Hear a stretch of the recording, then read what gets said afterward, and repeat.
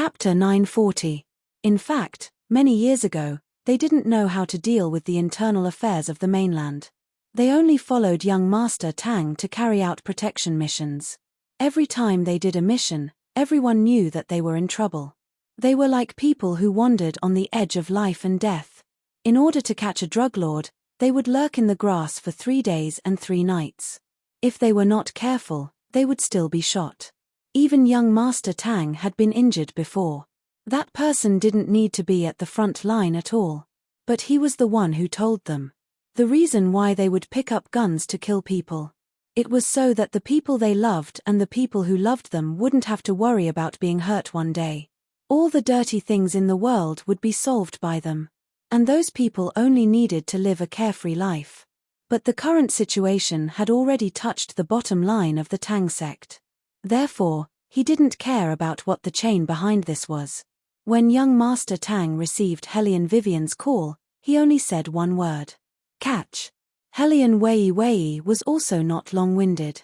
With the momentum of a sudden clap of thunder, she led everyone directly to the location of a certain person.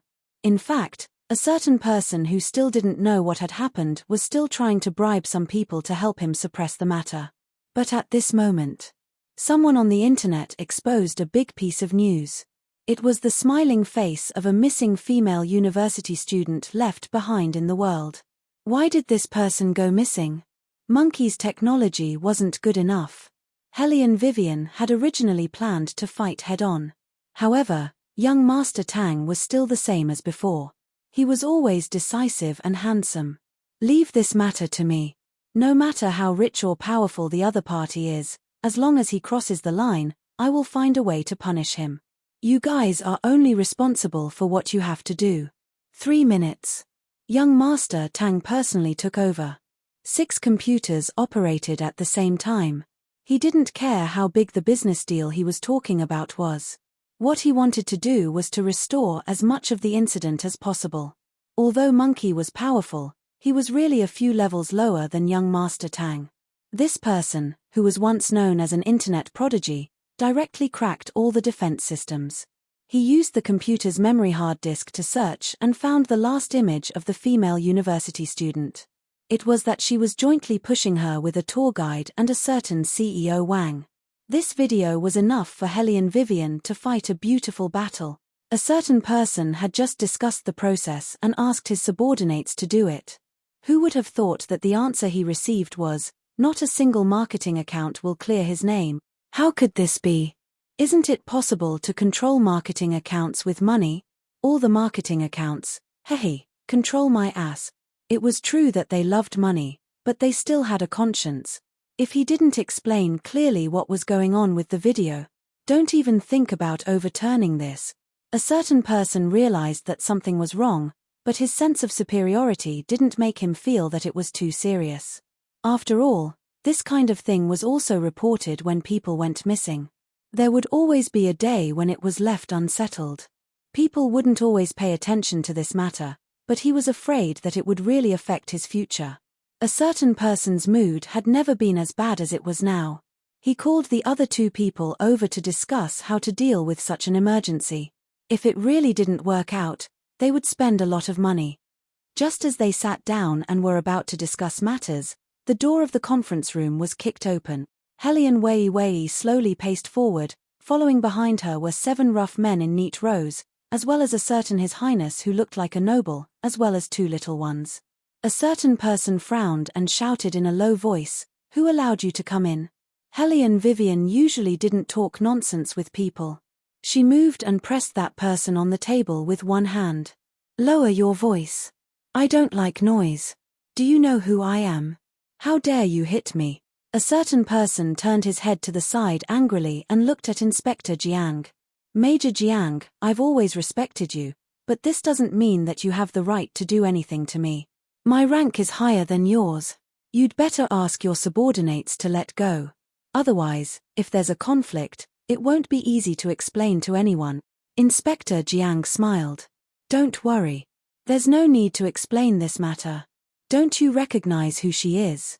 A certain person narrowed his eyes and finally saw the truth of Hellion Vivian. She was clearly a lousy reporter disguised as a tourist. Why was she here? Shouldn't Secretary Liu have her under control already? Are you looking for someone to run errands for you? Helian Vivian raised her eyebrows and kindly answered for him. He's outside now. He's already been beaten to a pulp. The rest immediately stood up. Jiang, are you kidding? Quickly ask this woman to let go. Everyone, it's a pity that I'm not in charge of this operation this time. It's this woman you're talking about. Inspector Jiang shrugged. By the way, let me tell you, she's not a reporter. She's the boss of the Ghost Organization. Oh, you might not know about the Ghost Organization, but you must have heard of the other one. She's one of the 12 shadows of the Tang sect. You should be clear now. Whether she lets go or not is really not up to me. Hearing the words Tang sect, the person who wanted to use his identity to suppress her was completely stunned. He quickly explained, there's a misunderstanding. There must be a misunderstanding. Misunderstanding? Helian Vivian lowered her voice. Such a big thing happened, and you want to use the word misunderstanding to cover it up. Do you really think that no one will care about you? With that said, Helian Vivian dragged the person and pushed him to Old A. Take him away. This series of actions was too fast. It was so fast that before anyone could react, a line was completely cut off. A certain person who was in a daze didn't have any of his previous arrogance. He only pulled Helian Vivian and kept explaining, but it was useless. The truth was very clear. No matter how much he regretted it, only death awaited him. Helian Vivian personally handed the person to young Master Tang. The person still looked like he was in a military uniform. He held a thin and long cigarette in his fingers. He looked a little lazy, but more than that, his back was straight. This matter won't end just because the person was arrested, Helian Vivian murmured in a low voice. Young Master Tang looked at her and suddenly smiled. Of course, I said that you do what you should do, and I'll do what I should do. Beligaju didn't really want to see Helian Vivian and young Master Tang alone, because this human's willpower was too strong. Even the surrounding darkness couldn't affect him. It was obvious that this person's heart was completely black, and he had killed countless people. However, Bailey Jiaju actually saw something similar to sunlight in his heart. Beligaju's divine sense told him that it was given to him by someone. Just like the reason why he was who he was now, and not a demon who only knew how to kill people, was also because of Helian Vivian's existence. Helian Vivian didn't understand the meaning of young Master Tang's words at first, until she saw a short interview before she left Li City. It was young Master Tang. That person stood openly under the beam of light, his eyes looking straight at the camera. He was tall and slender, and every word was clear. Chapter 941. Every time something happens, we remind the women around us how to prevent this kind of thing from happening when they go out at night or travel. But what I want to say is that violence and injustice should be stopped immediately. If you are alone at that time, don't walk away. Call on others to stop it with you. If you are 2 or more people, please think of a way to stop it. Here, I don't want to talk about how girls should protect themselves, because in my family, protecting girls should be done by men. As for other aspects, I can also respond here. I love this land, and the woman I love is here. She told me how warm it is here. I can't guarantee that I can be by her side 24 hours a day, so I will do my best to sweep away all the darkness. No matter who the other party is or how strong their background is, as long as they do something wrong, I will let them get the punishment they deserve. As he said this, the sun just set behind young Master Tang. The afterglow shone on his handsome military uniform, and it was dazzling. Helian Vivian remembered a long time ago, the little boy who looked at her without saying a word in Chinatown. It had always been like this. Even if this person's hands were stained with blood, he didn't look dirty. Instead, he seemed to emit light. Perhaps, this was young Master Tang. Helian Vivian wanted to look at the video again, but her eyes were blocked by someone. It was Beligaju's hand. It was slender and white, without a trace of blood. He whispered in her ear, "Do you know how long you've been looking at him?" 5 minutes. In these 5 minutes, I said 3 words to you, but you didn't respond. Helian Vivian wanted to explain. But her body was suddenly pulled into Bellegaju's arms. He was very strong, as if he wanted to integrate her into his bones and blood. Don't say anything that makes me unhappy. It will only make me want to lock you up. All the breath Hellion Vivian breathed in was a man's, but she still had to make it clear. I just think what young Master Tang said is very reasonable. I don't mean anything else. You absolutely can't talk about young Marshal Tang in front of His Highness. He'll get jealous, definitely. Do you think I will believe you? Bellegaju looked at her and raised his eyebrows. Hellion Vivian looked serious. You have to believe me. How can the most basic trust between people not exist? Bellegaju really cared. This person would never understand that he had always wanted everything from her. Even if it was just for a few minutes, he would never allow her to linger on anyone, let alone look at another man with such a worshipful expression. It's easy for me to believe you. Bellegaju's eyes darkened, and he pulled her into his arms. When we go back, you take the initiative. Hellion Vivian. They were clearly talking about trust, so why did they talk about who took the initiative? Well, if it's not up to standard, I'll take the initiative. You should know what the consequences are if I take the initiative. Bellegaju was still smiling, and he looked very, very gentle. Hellion Vivian still saw other emotions in his eyes, so she laughed as well. She reached out and pinched Bellegaju's face. Hey, you're obviously jealous. Besides, young Master Tang has his little childhood sweetheart. Why are you even jealous of a married man? Student Hellion Wei Wei, what we're talking about now is the problem of you neglecting me. Bailey Jiaoju's voice was very clear and noble as he said slowly, do I need to be jealous of anyone? Hellion Vivian. Then what are you doing now? Tell me. The two little ones looked at each other and tacitly chose the car driven by the official, temporarily distancing themselves from their imperial father. Their imperial mother didn't notice it just now, but they saw with their own eyes that when their imperial mother was watching the video, the flowers and trees around a certain someone withered in an instant. It was better to avoid such an imperial father. Bellegaju didn't continue the discussion with Hellion Vivian, and pulled her into the prepared sports car. If you think that His Highness is driving, you're wrong. The one driving was Hellion Vivian, and His Highness sat leisurely in the front passenger seat as usual, directing Hellion Vivian how to take the route. They didn't fly away directly, but went to Lee City. The reason was because when they just got off the plane, Hellion Vivian sighed, it was a pity to come to Lee City and not go to Lee City. Bellegaju cancelled all his itineraries on the same day and booked a hotel. Although he wanted to go back early, lock up the certain someone who belonged to him, and have her without any scruples. However, whatever Hellion Vivian wanted to do, His Highness would always let her do it. Even though Bellegaju didn't like the sun very much, the ultraviolet rays in Lee City were very strong, especially in the afternoon. His Highness still allowed Hellion Vivian to support him, and looked at the old streets of Lee City with shining eyes. She looked like a small animal. His Highness curved his thin lips, hugged her, and kissed Hellion Vivian's hair. That action was very light, so light that Hellion Vivian, who was only focused on eating, didn't notice it, but it was seen by the people around them. He must love his girlfriend very much. Wow, that look in his eyes just now, it was so affectionate that I was drunk.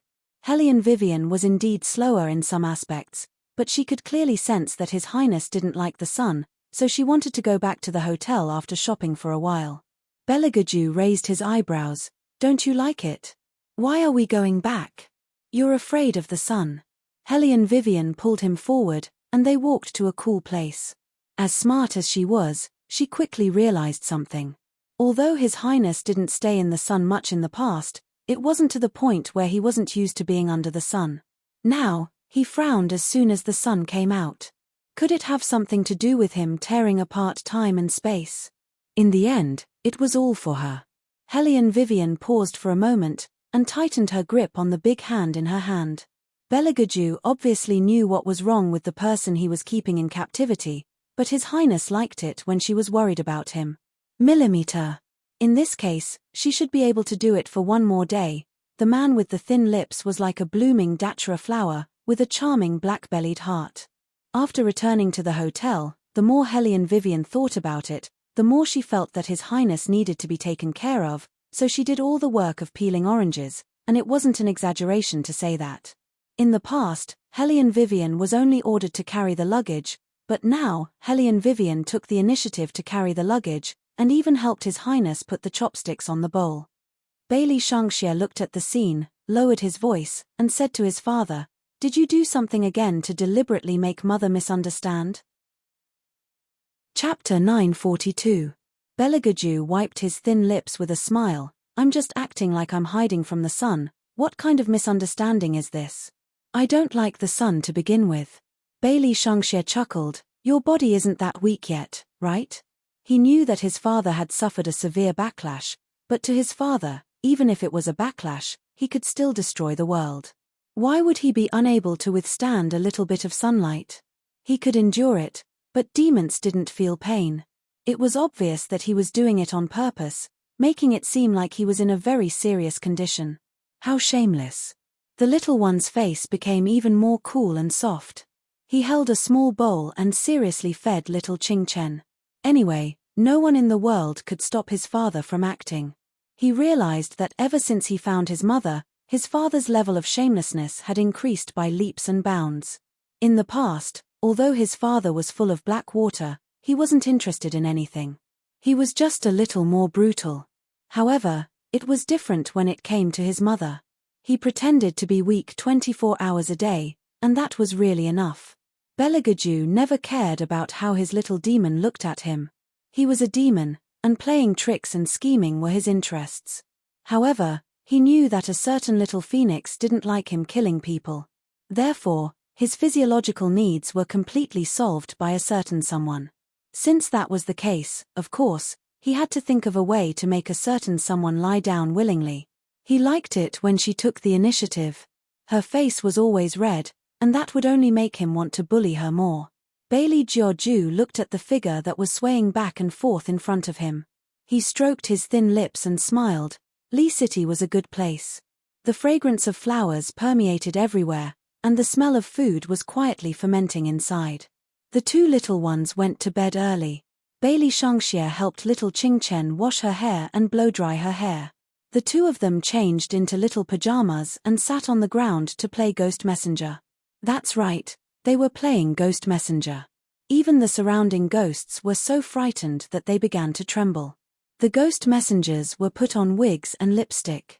They were crying and just wanted to go back to hell as soon as possible. These two little devils were the bane of their existence. Hellion Vivian saw that Da Bao and Bao were having fun, so she decided to take His Highness out for a walk. He couldn't go out during the day, but it shouldn't be a problem for him to go out at night. Hellion Vivian ate until she was full at night. Basically, everything that His Highness didn't eat would be picked out and eliminated by Hellion Vivian. As they walked, Beligaju did not forget to stretch out a hand to rub the belly of the person in his arms. Hellion Vivian leaned into his arms with a smile and held his other hand. She looked at the snacks along the way with interest. However, Beligaju wouldn't buy it for her. He didn't want her to roll around in bed after eating. "This one looks good. It's spicy, and so is that one." Hellion Vivian had 3 hobbies in her life. First, money, second, appearance, and third, food. Now that she was in the ancient city, she wanted to eat whatever she saw. Beligaju pulled her back and said in a faint voice, "Aren't you on a diet?" Speaking of the matter of losing weight, it was after arriving at Li City today. After Wei Wei saw a girl from the south, she made up her mind. Different from the northern girls, the southern girls all looked petite and gentle. Wei Wei looked at her own height and decided to control her appetite. This made Beligaju, who was happy to feed a certain person, frown. However, His Highness was smart. He didn't say anything and kept tempting her with delicious food. In the end, not only did Hellion Vivian eat more than usual, she even ate half a bowl of rice more than usual. Moreover, Hellion Vivian still didn't notice His Highness's thoughts. When she heard Beligaju's reminder, she immediately stopped drooling and said to Beligaju, "That's right. You have to supervise me like this in the future." Bailey Jiaoju's lips curved into a half-smile as he hugged the person in his arms and kissed her forehead. He thought to himself, "She's my pet, so of course I'm the one who should feed her." How can she casually eat these random things outside? His Highness had always been a person with a strong desire to control. However, his desire to control was covered up by his black-bellied methods. Even if Hellion Vivian found out, she wouldn't say anything. Anyway, as long as His Highness was happy, he could raise her however he wanted. However, in reality, Hellion Vivian wasn't fat at all. Although she looked a bit taller than southern girls, her figure was exquisite. She had long legs and a slim waist.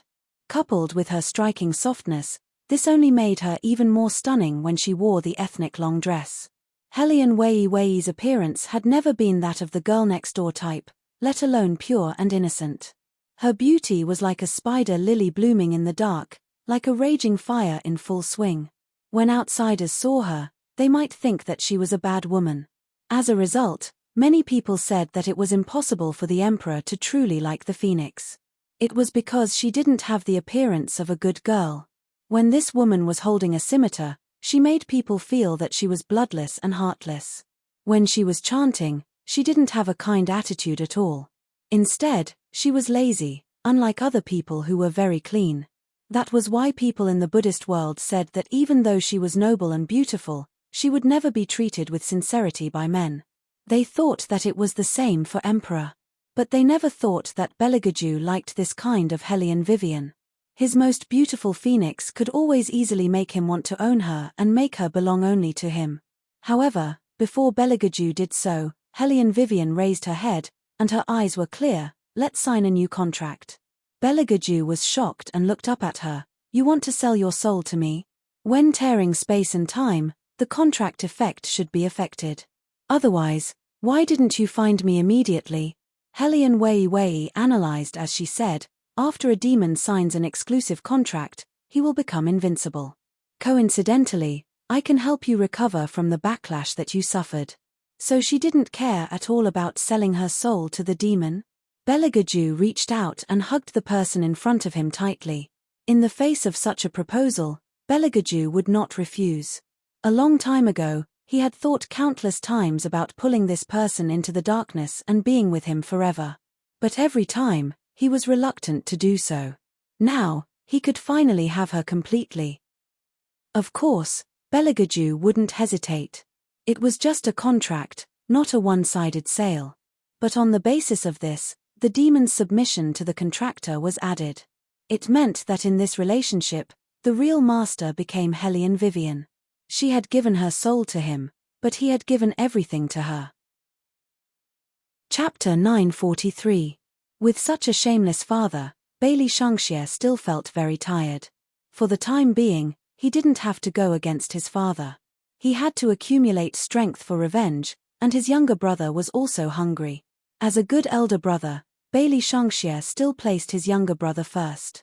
The two little ones walked in and looked at the half-asleep Hellion Vivian for a while. Then, they were instructed by their father to pack their small suitcases. Logically speaking, shouldn't this kind of thing be done by adults? The two little ones questioned their father. No wonder Imperial Mother has always said that there's a problem with your education method. Beligaju sat on the bench with his legs slightly crossed. He glanced at the two little mushrooms indifferently and said in a very slow tone, "Father is training your ability to do things by yourself. What's wrong with that? Then why did you let us pack your clothes?" Qing Chen ran back and forth between the two rooms, holding a certain highness's suit in her hands. Her cheeks were puffy and cute.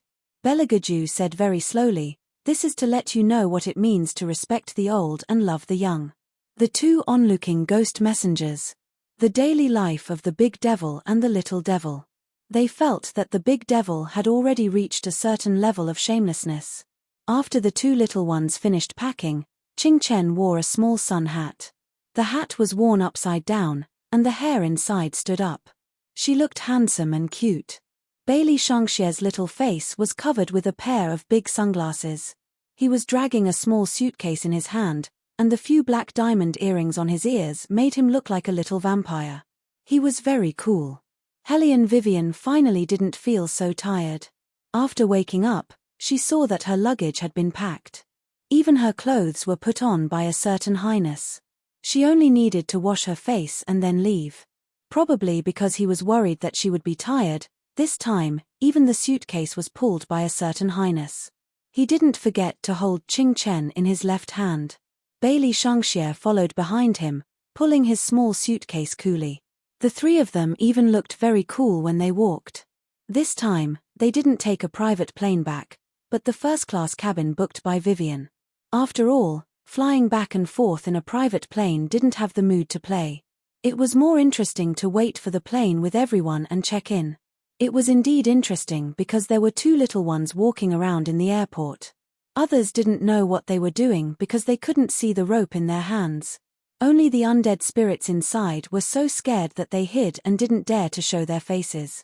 Coincidentally, there was a new ghost messenger who was going to take office today. The old ghost messenger was still walking in front swaggering, and he said to the person behind him in an imposing manner, "This airport is our territory. This is the most leisurely place. The safety measures are good, and very few people die. It's unlike the people in charge of the hospital, who have to lead people down every day. Here, we only need to eat a stick of incense, and we won't see any powerful people for a year and a half." Before it could finish its sentence, the newly appointed Reaper saw its boss hide in a corner with a whoosh. It was so fast that it was completely stunned. Of course, the old ghost messenger wouldn't leave the new ghost messenger alone. He reached out and dragged his disciple to the corner of the wall to hide with a pile of undead spirits to disguise himself. "Boss, what's wrong?" The new ghost messenger was a little confused, but he also knew that with their noble identities, how could they hide with a group of undead spirit? The old ghost messenger didn't care who he was hiding with, he only cared about why the little devil and the big devil appeared in the airport at the same time. "Don't stretch your neck, you'll be taken away." The old ghost messenger lowered his voice. "Didn't you see what the little devil is holding in his hand?" The new ghost messenger took a closer look and was completely enraged. He jumped out and blocked the path of the two little ones. His imposing manner was very strong. He thought that he must perform well in front of his boss. "How dare you humans? You dare to slip away from the ghost messenger." The old ghost messenger. Damn it. Why did he bring a retard out? The old ghost messenger could clearly see Bailey Shangxie's pair of red eyes light up evilly, meaning nothing more than to say, "Look, a new toy has arrived."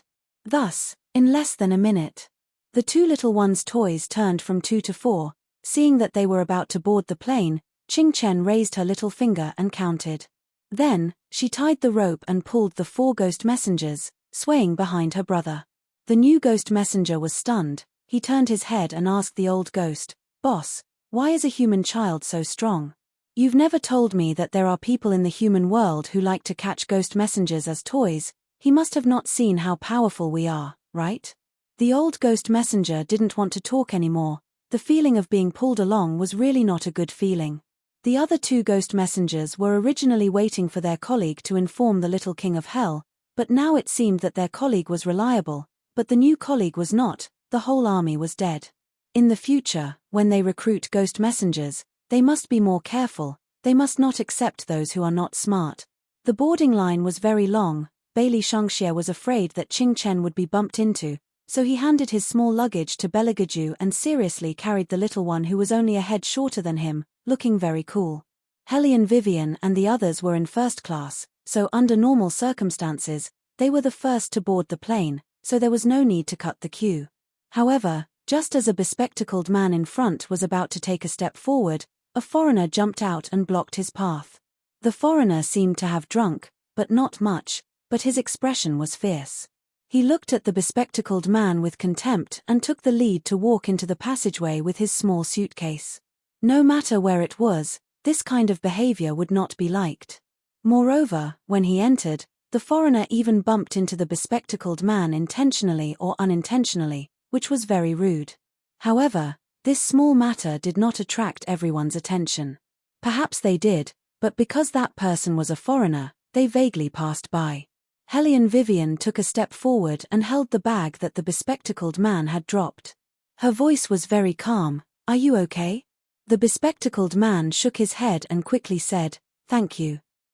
He originally thought that it would be a small interlude, but when he boarded the plane, the foreigner seemed to be on the phone. His voice was very loud, and his anger was burning. In the end, he cursed in a low voice and hung up the phone. When he saw the bespectacled man dragging his luggage over, he had that contemptuous and disdainful expression again. With malice, he stood there with his long legs and looked at Helene Vivian and the others. No, it should be said that he looked at everyone who walked in as if he was looking at a pile of trash. Chapter 944. Initially, nothing much happened. However, half an hour after the plane took off, the conflict escalated. Bailey Shangxie twisted his little body coolly and reached out to rub Qingchen's little ears. The four reapers were chained to their seats in a row. No one could see them. It was quite miserable. The stewardess in uniform began to deliver drinks to the passengers. When she walked to the foreigner's seat, she politely asked him in broken English if he wanted to eat. The foreigner was playing on his computer and waved his hand to refuse. On the other hand, the bespectacled young man at the side was a little hungry. He ordered a bowl of beef noodles. Then, he opened the folding table behind the foreigner's seat and placed the tray on the table. He held his chopsticks, but because the foreigner in front of him had placed the back of the chair, he felt very uncomfortable eating. He couldn't pick up the noodles with his chopsticks and couldn't move his mouth. When the beautiful stewardess saw this, she immediately suggested to the foreigner in a friendly manner that because the passengers in the back row were eating, please straighten the back of the chair for convenience. Unexpectedly, this foreigner waved his hand violently and ignored the stewardess. He also didn't adjust the back of the chair. The beautiful stewardess was a little stunned. She seemed to be wondering if she didn't express herself clearly. She repeated her words again. I said no. Do you understand? The foreigner's voice was exceptionally loud, and his appearance was extremely arrogant. Helene Vivian looked at this scene and slowly narrowed her eyes.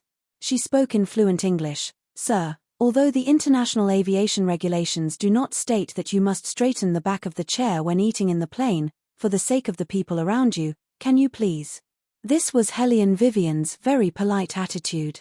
When dealing with outsiders, she had always been polite before resorting to force. Although her eyes had turned cold because of this foreigner's attitude, after all, this was Huaxia, not the foreigner's territory. Shut up. Shut up. Shut up. The foreigner seemed to have been ignited. He glared fiercely at Helene Vivian. If you want to argue with me about this, call the person in charge here. Otherwise, don't poke your nose into other people's business. His voice went up another level. The stewardess was a little frightened. She pressed Helene Vivian's hand with both hands and said, "It's okay. There's no need to make such a big fuss." Then, he politely apologized to the bespectacled young man. "I'm very sorry, we didn't let you enjoy the service you deserve. Your meal difficulty is due to our work." Before she could finish, the foreigner stretched out his right arm and 2 fingers, beckoning the stewardess over. Then he said to the stewardess in English, "Can you be sure that this person understands what I just said? I can put down the back of the chair whenever I want. That's my business. There's no law that says I have to do that. Go, translate for that person and make sure he understands." "I understand, and I heard it very clearly." Helene Vivian narrowed her eyes at him. "Your attitude is very rude. I can sue you at any time. Come at me if you have the guts. Let's see what you can do." His voice was very loud. It was so loud that the stewardess could only say to Helene Vivian, forget it, forget it. This kind of small matter will pass after a while. After all, we're on a plane. Forget it." Helene Vivian could see that the stewardess was forcing a smile. She had said it many times. So many times that Helene Vivian could sense the grievance hidden in it. Helene Vivian had been on so many planes, domestic and overseas, and had carried out so many missions. The foreigners she met were warm and polite, but this one did not treat the Chinese as human beings. Perhaps he had the law and reason, but his attitude made Helene Vivian very clear that he looked down on her, the bespectacled young man, and even the stewardess. They were here to earn the Chinese's money. Since they were here to earn our money, they were not our masters. Did we treat them so well that they did not know what respect and politeness were, or did they not take the Chinese seriously from the beginning? Their actions were so exaggerated that it was unbearable. If the same thing happened to the Chinese, Wouldn't they be criticized by countless people for being uneducated? In reality, who was the one who was truly uneducated and even rude? This time, Helian Wei Wei was really angry. Although she did not show anything on the surface, the coldness in her eyes made the two little ones look at her one after another. However, the person they saw was not Helian Vivian, but Beligaju. After all, with their father's personality, they felt that he would not tolerate anyone who made their mother unhappy in front of him. The strange thing was, why didn't their father do anything? Bailey Shangxie raised his head again and glanced at Beligaju. His thin lips were slightly raised, and he did not look angry at all. There was a business magazine spread out on his lap. If he was not looking at this scene with his eyes, people would probably mistakenly think that he did not hear the noise at all. But in fact, he did hear it, and his fingers were tapping on the magazine. The devil's breath mixed with it made people confused. Bailey Shangxie sat a little closer and lowered his voice. "Dad, don't tell me that you have become kind now? Dad." Beligaju seemed to be thinking about this name. First, he rubbed his thin lips with his fingers, then reached out and patted his son's head as if he was patting a ball. "Bailey Shangxie, how many times have I told you not to have this kind of illusion? Believe in your mother, she can solve this kind of small matter by herself." Bailey Shangxie raised his small eyebrows and smiled wickedly. "I believe in my mother, but I don't believe in you." It was not normal to be so honest. As a gentleman, even if I can't stand some stupid humans, I have to give my partner the right to vent her anger. Bailey Jiaju wiped his slender and clean fingers. The side of his face made him look like a vampire, noble to the point of elegance, but with a lowered head of viciousness. "Sit back down obediently. This seat belongs to your mother." Bailey Shangxie, Helian Vivian did have a way to vent her anger. She closed her eyes and kept thinking about why the other party was so arrogant. It was because the Chinese had always adhered to the principle of harmony. This principle was not wrong, but if the other party thought that their kindness was weakness, then they had to know that their friendliness did not mean that they were coward. As a lawyer, Helian Vivian was very clear that foreigners in the mainland were different from Chinese people in the mainland. They did not need to abide by Chinese laws, they only needed to abide by international laws. It was probably because of this that some scumbags were so unrestrained in China. Chapter 945. They boasted that they were superior to others, and the foreigner on the plane was a typical example. The wheels of the plane slid across the ground and shook for a while. When the plane stabilized, Helian Vivian's eyes became colder. It was not because of anything else, but because the foreigner picked up a phone call as soon as they landed on the ground. His tone was very unpleasant. Helian Wei Wei knew that there were many reasons why some foreigners looked down on Chinese people. Some even joked in private, saying that Chinese women were easy to get. As long as they showed their foreign faces, they would be able to get everything done. They did not even have to put in any effort, and those women would come to them to strike up a conversation. No matter what a foreigner looked like, even if he was bald and ugly, there were only Huaxia women around him. Basically, they were all young and beautiful. This situation did exist, but it didn't mean that all Huaxia women were the same. Some girls were kind, upright, independent, and worked hard in the business world with the most professional attitude. They relied on their own strength and hard work. Such girls could be seen in every corner of Huaxia. They might be cashiers in supermarkets, cute girls who were still in school, or department managers who were working overtime in professional clothes. They worked so hard and endured all kinds of pressure, not because they wanted to be looked down upon in their own country. Helian Vivian listened to the foreigner's phone call. Her fingers moved and she handed the suitcase to His Highness. The two little ones wanted to ask their mother if she needed help in the fight. They could help. But before they could do anything, they were pulled back by their father. His Highness's posture was as handsome as usual. He held the two little ones by their collars with one hand and the phone with the other. Although the corners of his mouth were still smiling, it made people feel that he was domineering. Helian Vivian walked very fast. When she passed by the foreigner, she even brought a gust of wind. When the foreigner saw her coming, his first reaction was to sneer and then look at her with disdain. Helian Vivian was not angry.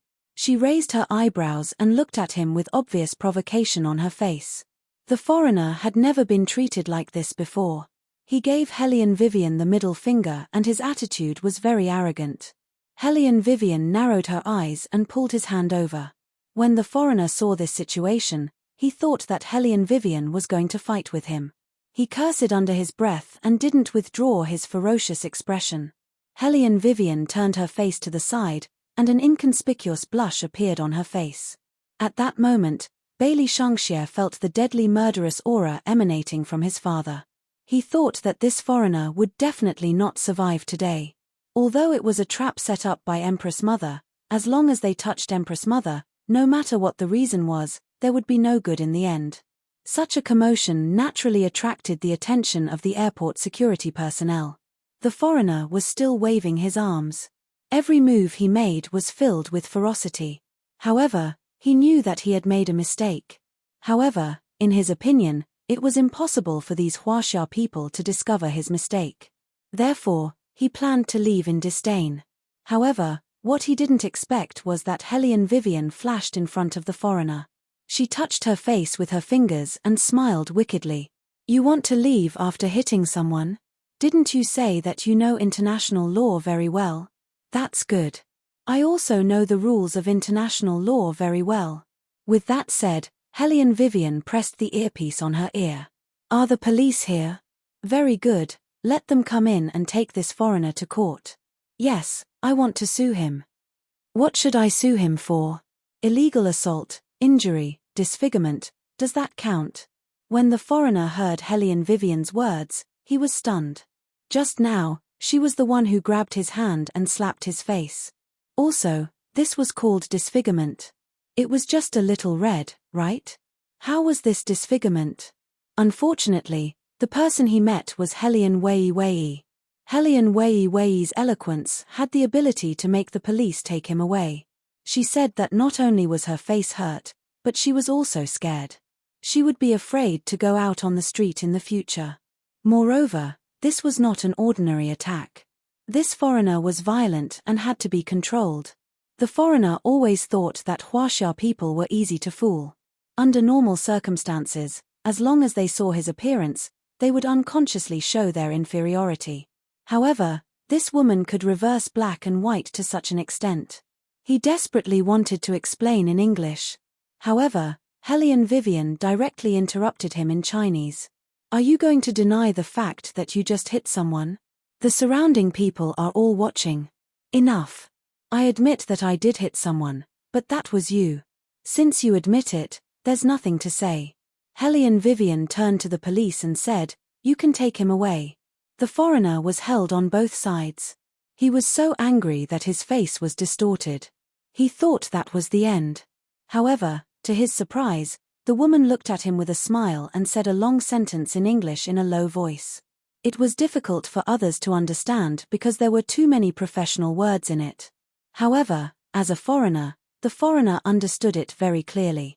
She said, "You think you can do whatever you want in Huaxia without obeying the laws of Huaxia? Since you think so, I'll send you to the International Court of Justice. It's not my time that you waste. People like you should be most afraid of wasting time, right?" This was the style of every foreigner. He was a senior executive in Huaxia. There were too many things for him to deal with in the company. He had encountered problems in his work these days. If he was involved in legal issues, the company might let him leave because of his low efficiency.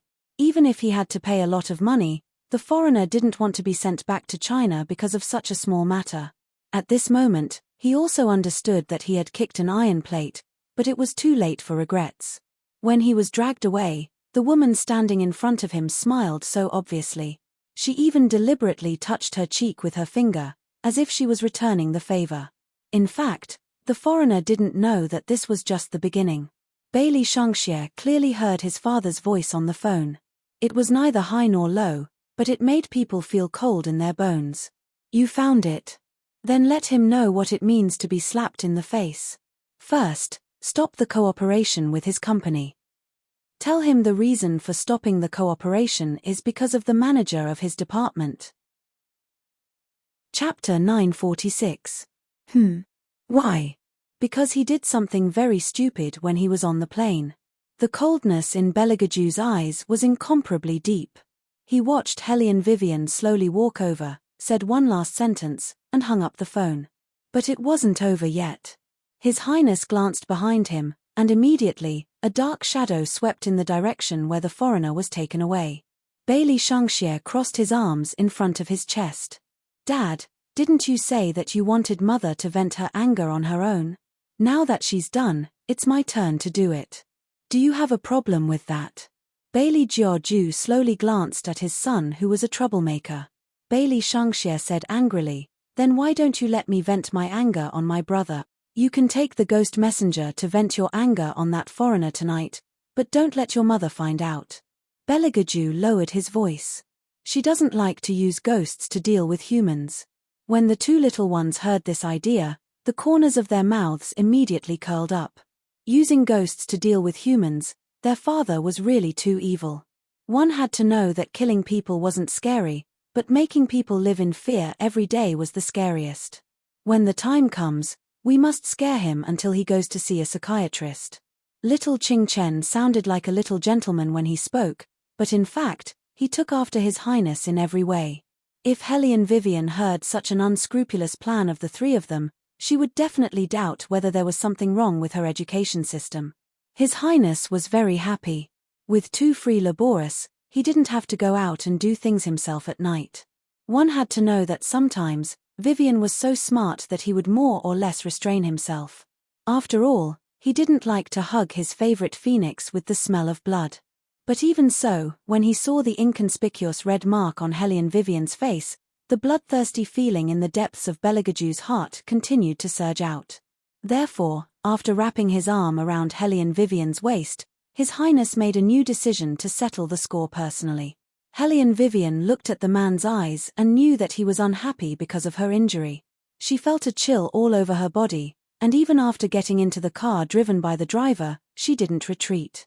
Thus, as a domineering president, Hellion Vivian was very obedient. Originally, she had planned to give His Highness a kiss after they got on the car to appease the anger hidden under Bailey Jiaju's elegance. After all, when the other half was in a difficult situation, it was basically, "Don't talk, kiss me" pattern. However, it was obvious that this trick had no effect on His Highness at all, because before Hellion Wei Wei could kiss his cheek, she was pushed away by His Highness with an indifferent expression. Sit properly. How could Hellion Vivian tolerate His Highness rejecting her? She sat down, but she still stole a kiss before sitting down. She was in a very good mood, and even the corners of her mouth curled up. His Highness looked at her and reached out to turn her face to him. Then, Hellion Vivian felt a chill with the scent of sandalwood. It was blood. It was said that the blood of a demon could heal any wound, and could even bring a person back to life. Hellion Vivian was stunned, and she pulled His Highness's hand away. Her heart ached. "You are just a little injured. You can just rub it with medicine. Is there a need to use blood?" Belegaju looked at her with a deep gaze and said in a low voice, "There's a need." After saying that, His Highness picked her up and put her in his arms. Because he was driving a luxury limousine, there was a lot of space in the car. Even if he did these things, it wouldn't affect the man's elegance. He held Hellion Vivian's hand as if he was playing with it, but also as if he was warning her, "You're mine. Other than me, no one can touch you." Hellion Vivian knew His Highness well. Even if it was a wound, he had to be the one to give it to her. However, when she saw the bleeding wrist, Hellion Vivian's heart ached. She held that hand and held it all the way. Belegaju liked the way she was worried about him. Although it could be cured with a spell, if it made her nervous, he didn't mind acting like a human and pretending to be in pain. The two little ones watched from the side from the beginning to the end. Qing Chen felt that it was hopeless to save her father. His father was too good at pretending, and he knew how to use both the trick of injuring himself to gain sympathy and the beauty trap. No wonder his mother called herself a domineering CEO. Sigh, he had to be prepared to watch his father act at all times in the future. Bailey Shangxie didn't care about his father from the beginning to the end. Without a doubt, his father did this because he didn't want his mother to be injured again in the future. That was why he used blood to heal her. He could use magic even if he didn't use medicine. He used blood to make his mother keep an eye on him at all times, so that she couldn't be distracted. Sure enough, when they arrived at the car dealership, his father looked like he had lost a lot of blood.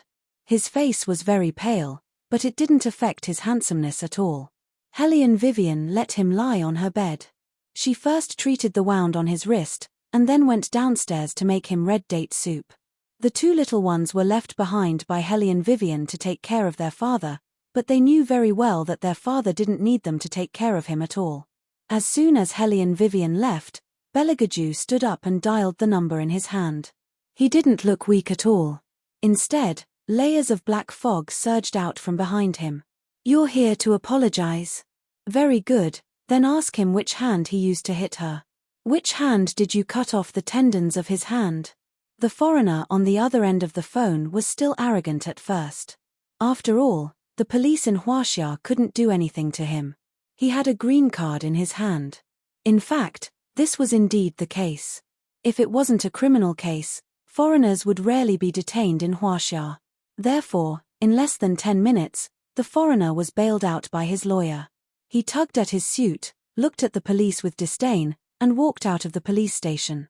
What he didn't expect was that the whole situation changed the moment he walked out of the police station. First, the company asked him to go back to the headquarters immediately. Then, he was scolded from the beginning to the end. His boss even grabbed his collar and asked him to apologize personally. "Where's your upbringing? Do you know that what you said on the plane was no different from what a bastard said?" At that time, the foreigner realized the seriousness of the whole matter. He was worried that he would lose his job, so he went to the place that his boss said with a gloomy face. It was a villa in the wealthy district. The whole villa was covered by roses, and it looked like an ancient castle. He originally thought that the other party would forgive him after he apologized. After all, they were business partners. Who didn't put benefits first? However, it was obvious that the foreigner had gotten the situation wrong again. Because His Highness was never short of money. Chapter 947. Ever since the foreigner stepped into the villa, he had experienced a nightmare that he had never experienced before. His left hand was in so much pain that it had lost all feeling. No matter how much he begged for mercy, it was as if he was the only person in the villa. The sound of footsteps getting closer and closer, he was so scared that he fainted. When he opened his eyes again, it was still the same cabin, but the people in the cabin had changed. Everyone's eyes were blood red as they stared at him. It was as if he would be consigned to eternal damnation if he said one wrong word. After doing all this, Belagaju hung up the phone.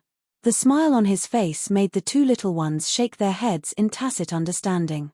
Belagaju looked at the two little light bulbs and lifted the blanket as if there was no one else around. He lay back in his original position and continued to pretend that he had lost too much blood. Bailey Shangxie couldn't stand it anymore. "Dad, don't you think it's very shameless of you to keep pretending like this?" "I don't think so." Belagaju slowly unbuttoned his shirt, looking abstinent and noble. "Also, you can take Ching Chen out to play. Lock the door while you're at it. You should know very well how much I dislike people disturbing me and your mother." Bailey Shangxie was speechless, but he still had to take good care of his younger brother. One of the two little ones walked in front of the stairs while holding the other's hand. Just like that, they went downstairs with their small waists bent. Then, they brought 4 reapers and a demonic dog to the amusement park. After Helene Vivian finished boiling the red date soup, she realized that there was no one upstairs. The small bowl that she took out didn't come in handy either. The two little ones must have gone out to play. On the other hand, the man leaning against the headboard was even more eye-catching than usual. Helene Vivian had always known that as long as this person wanted to, he could easily capture everyone's heart. Belagaju put down the magazine in his hand and looked up at her. "I don't want to drink the red date soup." Was he acting coquettishly? Helene Vivian was amused. "It's fine if you don't want to drink it. Don't go out today and recuperate." "All right." Belagaju chuckled.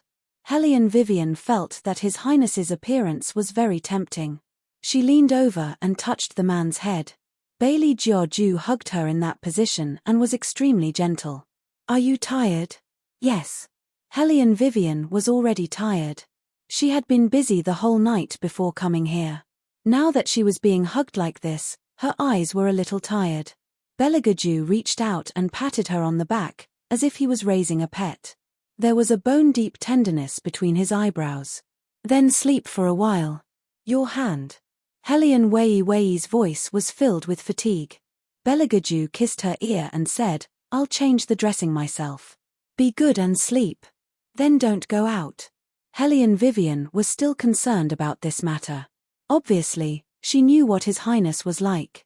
Belagaju patted her back even more gently. Okay, I won't go out.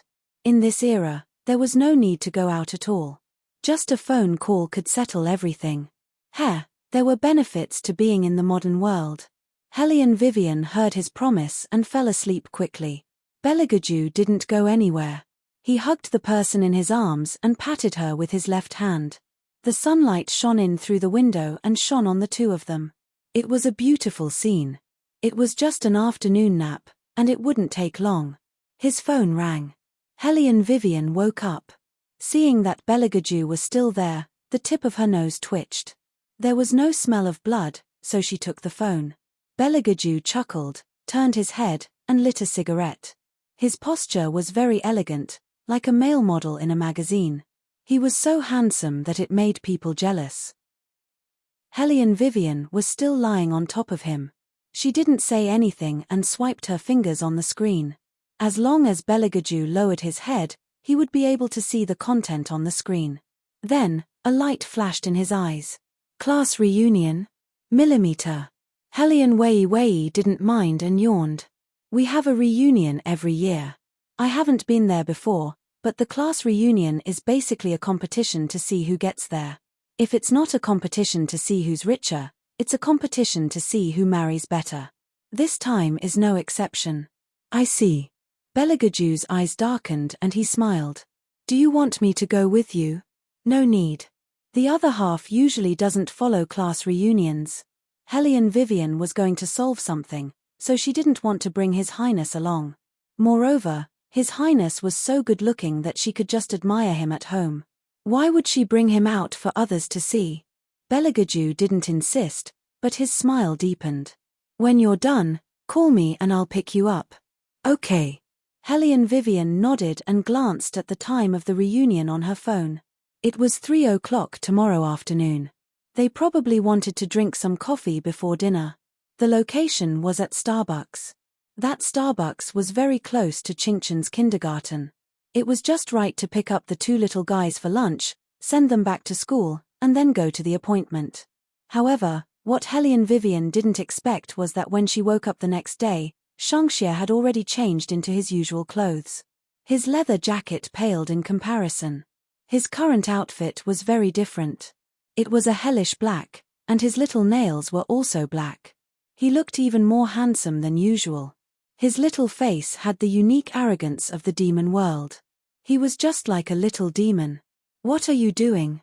Helian Vivian immediately woke up. Belagaju put on his tie and leaned over to kiss her forehead. He's going back to the demon world for half a day. Okay. Bailey Shangxia answered coolly. His voice was a little muffled, but this didn't stop him from feeding his little brother with a small spoon. Helian Vivian also knew that the little demon who hadn't become an adult would sometimes go back to the demon world to absorb the dark energy there. This was the only way to resist the light in the human world. However, she still felt sorry for her son. She reached out and pulled Shangxia over, kissed his face, and put a lot of chocolates in his pocket. Only then did she let him go reluctantly. The demons who came to pick up Bailey Shangxia felt that the little master was especially easy to get along with this time. Previously, when the little master returned to the demon world, he wouldn't obediently return to the demon world unless he destroyed everything around him. However, today was different. Today, the little master would touch his little pocket with every step he took. He didn't even care about those demons who were bound to be beaten up by him in the past. He only glanced to the side coldly. Although he was small, he already had the oppressive aura of the master of the demon world. Behind him were countless demons. Each of them heaved a sigh of relief. They thought that the little master was finally not using them as punching bags anymore. However, something even more troublesome happened. The little master had an unusual interest in jewelry that he used to disdain. He said that he wanted to bring everything back for his little brother to play with. All the demons. This was the rhythm of emptying the demon world. Chapter 948. Little Qingchen, who had originally wanted to go to school with his older brother, straightened his small body and held a pen in his hand as he wrote from memory. After writing for a while, she turned her head to look at her brother's seat. When she saw that no one was there, she turned her head back and continued to bury her head in her notebook. She looked very obedient. Bailey Shangxie told him that he would pick him up with Beligaju after school was over in the afternoon. Qingchen remembered this sentence and looked back from time to time. At noon, Qingchen opened her small school bag as usual. First, she puffed up her cheeks and drank a can of milk that Beauty Weiwei gave her. Then, with a cold expression, she began to touch the lunchbox with her small hands. This was something that Helene Vivian had never forgotten after she became a mother. It was probably because she lacked a father and a mother when she was young. Therefore, when Helene Vivian took care of Qingchen, she would always be extra attentive in certain aspects. She would always prepare the meals and put them in the lunchbox. She would also prepare hot soup for her. Qingchen had only been in school for a few days, so she was envied by her classmates for a few days. Because the dishes were so delicious, even the vegetables and mushrooms that the kids did not like to eat were made into cute shapes by Helene Vivian. Little Fatty Cheng did not think much of it. He sneered with a chubby face, "You can't even afford to buy lunch and have to bring it from home. A country bumpkin will always be a country bumpkin." After the previous lesson, little Fatty Cheng did not dare to get close to Qingchen, let alone fight with her. He only dared to stand far away and laugh at her. Now, the children in the kindergarten did not know about the relationship between Bailey Shangxie and Qingchen. If little Fatty Cheng knew about this, he would never dare to provoke Qingchen again. This was because little Fatty Cheng was scared to death of Bailey Shangxie. Although there were still many children around him, little Fatty Cheng knew that many of the children in this kindergarten wanted to treat Bailey Shangxie as the boss. His mother had promised that she would get rid of these two eyesores in 2 days, especially this little country bumpkin in front of him. He was so poor that he didn't like him at all. No matter how good-looking he was, he didn't like him. He only knew how to steal the limelight. Qingchen couldn't be bothered with him. She was waiting for her brother and didn't want to talk to anyone. Little Fatty Cheng was overjoyed when he saw this. He was very rich and said to the children in the class, "My mom will drive the Land Rover to pick me up later. We'll go to Starbucks to eat delicious food. If any of you want to eat the cream cake there, I can buy some for you." The children all liked to eat sweets. When they heard the mention of cream cake, their mouths began to salivate. Little Fatty Cheng was soon surrounded by people. He liked this feeling. He glanced at Qingchen contemptuously and remembered the people who usually followed him. He meant to ask the driver to send the cream cake to him later. Children who were able to attend international schools were usually more mature than ordinary children under normal circumstances. This was because their family backgrounds were similar. Except for some children who were originally from this school district, basically everyone had a chauffeur. That was why little Fatty Cheng looked down on little Qingchen so much. In his impression, little Qingchen came from a poor family. It was only because his family lived in this area that he could afford to attend this school.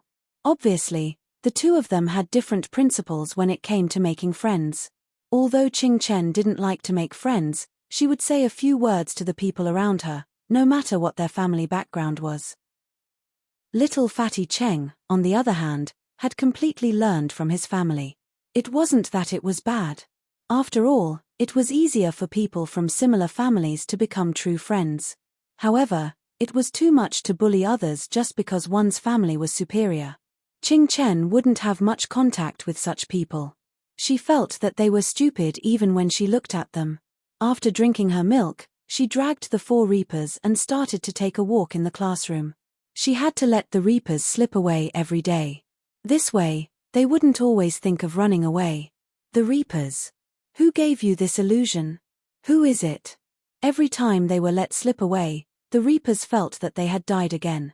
Little Fatty Cheng didn't know what Qingchen was doing. He arrogantly thought that a country bumpkin would be a country bumpkin who only knew how to play with herself. Qing Chen lowered her head and looked at her smartwatch. There were still 4.5 hours before her brother and father would come. Very good. I'll sleep for a while. Just as Qing Chen made up her mind to rest, a pleasant chuckle came from outside the classroom. Son, why are you sitting in the last row? Qing Chen immediately raised his little head. When he saw Hellion Vivian, his big eyes were smiling. Hellion Weiwei walked in from the outside and hugged her son in her arms. Are you hungry? Shall I bring you to eat something? I still have class in the afternoon. Qing Chen reminded his mother like a little adult. Hellion Vivian was straightforward. Skip it. At that time, Qing Chen's life teacher was standing behind Hellion Vivian. Her face darkened. How could she educate her child like this? Qing Chen was the one who dealt with the aftermath. He blinked his big eyes and said that today was his father's birthday. His mother came to look for him because she wanted to give his father a surprise. Every time the life teacher saw Qing Chen's fair little face, her heart softened. Not to mention, Qing Chen deliberately lowered his voice. That look of his made people want to hug him in their arms and buy candy for him. As a result, the mother and son successfully obtained an afternoon off. Their outstanding appearance attracted a lot of children's attention. It was especially so for those who knew little Qing Chen. One by one, they came over and asked, Qing Chen, is this your mother? She's so beautiful. Little Qing Chen liked it when people praised beauty Wei. He nodded his little head and smiled at those little radish heads, which was a rare sight. Hellion Vivian was very gentle. She did not forget to turn around and say goodbye to the little radishes. Immediately, the children in the class began to envy Hellion Qing Chen. Little Fatty Cheng was very disdainful. What's there to envy about a car mechanic? My mother is prettier. Also, my mother's education level is high. She's in the court now. She's many times better than her. But I think that Qing Chen's mother is prettier. The little princess in the class said in a low voice. Her face was slightly red. Also, she's very tall and has long legs. She's prettier than the celebrities on TV. Children at this age were innocent and bright. Their reactions were also the most direct. Little Fatty Cheng was very indignant when he heard that. When he saw Mrs. Cheng, who was also Li Meng, his little face was full of resentment. Mom, when did you get rid of that little bumpkin? I feel annoyed whenever I see him. Chapter 949. Didn't I tell you last time? That's my old classmate's son. Once I'm done with this, I'll definitely make you happy. Li Meng coaxed her son as she drove. The class reunion had not started yet. Once it was over, she would ask Hellion Wei and her little country bumpkin to get lost. A lousy car mechanic always loitering in front of her son. Anyway, it was bad luck. Little Fatty Cheng was still unhappy. That woman came to class today. Everyone said that she's prettier than you. Swoosh. The tires of the car slashed across the ground. The sound was loud and ear-piercing. Li Meng turned around and looked at little Fatty Cheng. She's prettier than me. How can she compare to me with that look? Little Fatty Cheng was obviously frightened by his mother's ferocious look. However, he was still angry. I didn't say that. It's those people in class. Li Meng's eyes darkened. Then, she smiled and said, the people in your class are too young. They don't know anything. I'm going to the class reunion later. Don't go to class this afternoon. Come with me and watch how I embarrass that woman. What Li Meng couldn't stand the most was others saying that Hellion Vivian was better than her. It was fine that she was suppressed by that woman in school. But now, who was she? How dare she compare herself to her? Little Fatty Cheng had basically been taught by his mother to be a vain child. When he heard that his mother was going to teach the other party a lesson, he was overjoyed. When he went back home, he told his classmates that his mother was the prettiest. Li Meng didn't drive immediately. Instead, she took out her phone. After thinking for a while, she called Du Cece, who was very close to her. Are you ready? If you're ready, I'll come and pick you up. Someone asked in the group just now. Hellion Vivian is near Starbucks. Du Cece laughed. You don't have to come and pick me up. I still have something to do here. I'll go over once I'm done. I haven't seen that woman for so many years. I have to let her know that she's no longer the arrogant law student she used to be. She's just a broken car mechanic. How can she have such a big face? Yes, yes, yes. How can she be compared to our lawyer, Cece? Li Meng chuckled and her eyes darkened. All right, I'll wait for your call. If you don't come, there will be less fun. Du Cece understood tacitly. I understand, Madam Cheng. Before I go, you should show the jewelry on your body. That will make that woman behave for a while. If she doesn't want to give face to us, we'll expose her when the whole class is there. That will be interesting. That's what I meant too. Li Meng said a few more words before hanging up the phone. Her mood had improved, and her face was full of disdain. Hellion Vivian, her. So what if she was beautiful? Not to mention that she was a mechanic, just the fact that she had to raise a child alone was enough to embarrass her. Du Cece actually had the same idea as Li Meng. She wanted to go there as soon as possible so that she could trample on Hellion Vivian. However, his uncle was bringing him to meet someone very important today. She understood what her uncle meant. Her uncle wanted them to get to know each other and develop a relationship. Everyone in the business circle knew about that person. Not only did he come from a noble background, but he was also very mysterious. All the entertainment projects in the capital were under his control. Even her uncle's eyes lit up when he mentioned him. Not to mention the socialites beside her. Those who had met that person were infatuated. When they heard that she was coming to Ju Wei today, their faces were full of envy. Her uncle arranged for her to stay in the living room, which was on the first floor of the building. It had been 3 hours since the morning. Her uncle told her that when young Master Ju arrived, he would introduce her to him and told her not to go anywhere. The more it was like this, the more Du Cece felt that the man she was going to meet today was of a high status. Her mind became active. She took out the foundation from her bag and touched up her makeup. She believed that with her beauty and ability, she would definitely be able to make him see her in a different light. If she could get young Master Ju's attention, not only would her classmates at the gathering today be envious of her, but even her socialite friends would come up to her to curry favor. Thinking that she might become the mistress of this building in the future, Du Cece's red lips curled up proudly. At this moment, there was a commotion not far away. A crowd rushed in from outside the door, making it impossible for Du Cece to see who was who. There were 2 men, one at the front and one at the back. The man at the back was holding an office bag in his hand. He looked elegant and his eyebrows were raised. At this time, he was reporting something to the man in front of him in a low voice. When they saw their figures appear in the hall, several managers who had been waiting for a long time quickly went up to them. At the same time, there were also reporters from various media outlets who were carrying cameras and cameras. Their cameras were flashing everywhere. Bailey Jiaoju remained calm and collected as he watched this scene. Suddenly, he stopped his footsteps. He stood tall and straight, his expression was leisurely, so much so that the corners of his mouth were still half-hooked. His perfect side profile didn't show any displeasure, but the depths of his eyes suddenly sank. A middle-aged manager could not see the change in the aura that was exclusive to the devil. On the contrary, he was confident that there was no man in the world who did not like the feeling of being pampered. The higher the position of the person, the more so. Therefore, the middle-aged manager walked forward attentively. The media is very concerned about your annexation of a foreign company this time. Do you want to accept an interview? Also, the company will always encounter some legal problems in its development. I have also invited some professionals. Do you want to meet them? The middle-aged manager thought that the other party would at least respond to his request. However, what he did not expect was that Beligaju did not even look at him. He turned slightly to the side and said to Qing Long behind him, "I'll leave it to you."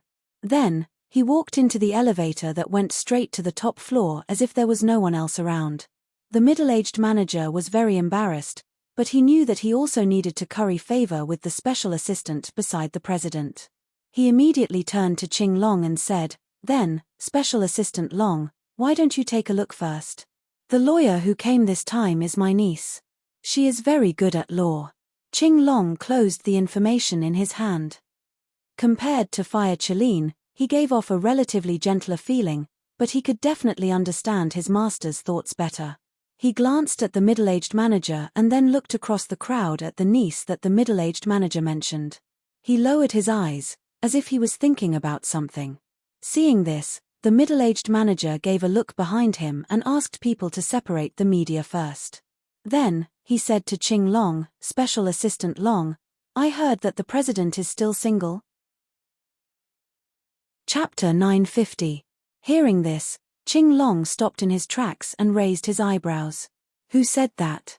This is something that everyone knows. There has never been a woman by the CEO's side, right? The middle-aged executive looked at Qing Long with a don't hide it from me expression and said seriously, actually, apart from business today, I also want to matchmake for the CEO. My niece is not bad. She comes from a good family, is well educated, and knows how to take care of people. I just don't know what the CEO thinks. Qing Long heard this and suddenly laughed. You don't need to know what the CEO thinks. Hand over all your work to me later, then you can leave. What? The middle-aged executive's eyes widened. Executive Assistant Long, do you know what you are saying? You want to fire me? Only the CEO has the right to make such a decision. This is the CEO's decision. What he said just now was to deal with you, not the media outside the door. It's just that he didn't give me a clear order on how to deal with you. Unfortunately, Manager Du, you shouldn't have thought of meddling in the CEO's private affairs. Moreover, the CEO doesn't like to be exposed. He has never accepted any interviews from the media. Zhu Wei, after such a long time, don't you even know this? I know, I didn't think about the media this time, but I never meant to interfere with the CEO's private affairs. The middle-aged executive pulled Qing Long's arm and whispered, Executive Assistant Long, let me talk to the CEO again. Maybe the CEO will really like her. I'm not crossing the line. Executive Assistant Du, we have been dealing with each other for a year. Azure Dragon's attitude was mild, but in his heart, he began to agree with the words that his master often said. These stupid humans were really dirty from the beginning to the end. They were always so greedy, which made him depressed. I advise you, it's better not to talk to the president about whether you like her or not. If his boss got impatient and killed him, he would have to think of a way to settle the public's opinion. After all, it was too unbelievable that the higher-ups of Zhu Wei jumped off a building for no reason. Azure Dragon thought for a while and continued, if you have the idea of letting the president go on a blind date and let him know about it, believe me, you will face more than just being fired. You don't want to experience what it's like to beg for death, right? Then stay here obediently and don't mention this matter again. The middle-aged man's face turned pale in an instant. The media outside the building was still there. Ever since Azure Dragon came to the present, he had become an executive assistant who could settle any matter. Especially when facing the media, he always had his own set of methods. The middle-aged high-ranking official was still standing there, and he was particularly eye-catching. This eye-catching appearance was different from before, and it carried an unbearable feeling. There was no one here, and Du Cece finally squeezed in. Looking at her uncle's expression, she did not know what happened. Uncle, what's wrong? Why is his expression so bad? The middle-aged high-ranking official was still thinking about the matter. In his opinion, the matter was not so serious. It was a good thing to let the president meet his niece. Even if the president was not willing, they could still be friends. This executive assistant Long was too scary. Uncle? When Du Cece saw that the middle-aged high-ranking official did not speak, she could not help but feel puzzled. The middle-aged high-ranking official waved his hand, it's nothing. It's just that some people have been with the president for a long time, and they really think that they can make decisions for the president. I'm fine. But Cece, did you see the president just now? There were too many people, so I didn't see clearly.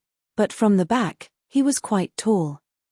Du Cece felt a little sweet in her heart. Although it was only a vague figure, based on Du Cece's observation over the years, that man was definitely a dragon among men. That kind of graceful and noble temperament was difficult to develop without the influence of several generations. The middle-aged high-ranking official laughed, and the gloominess just now was swept away. The president is not only tall, but you haven't seen his appearance. If you see him, you will definitely thank me for bringing you to see him. But this time, I'll forget about it. I still need to communicate with Executive Assistant Long about something. Next time, when there is a chance, I will let you meet him in private. The middle-aged high-ranking official thought about this matter based on his opinion. In his heart, this was definitely a good thing. After all, the president was single, and which man did not like beautiful women? What's more, his niece was not a vulgar rouge or face powder. Not only was she a successful lawyer, but she also knew how to be submissive. He thought that she was good enough for the president. Duceci was also happy to hear that. Then, I will leave first today. There is still a class reunion in the afternoon. When Uncle has arranged it, call me again. Okay. The middle-aged high-ranking official looked at the watch on his wrist. You go first. There will be news as soon as tomorrow. Not only for his niece, but also for himself, he had to find a time to talk to the president. What right did Executive Assistant Long have to fire him? Maybe the president would be happy after he told him about this matter. Duceci did not know that her uncle's situation had begun to change because of his intervention in this matter. She thought that her uncle and the other party should have reached a certain consensus, and the other party must have known about her and was waiting to start a relationship with her. As long as she thought of this, Duceci could not help but feel happy. In addition, she would be able to teach the woman that she had always disliked a lesson in a short while. This made her smile even more brightly. At 1 o'clock, Helene Vivian rode her flashy BMW Tomahawk and brought Qingchen to Galaxy Soho.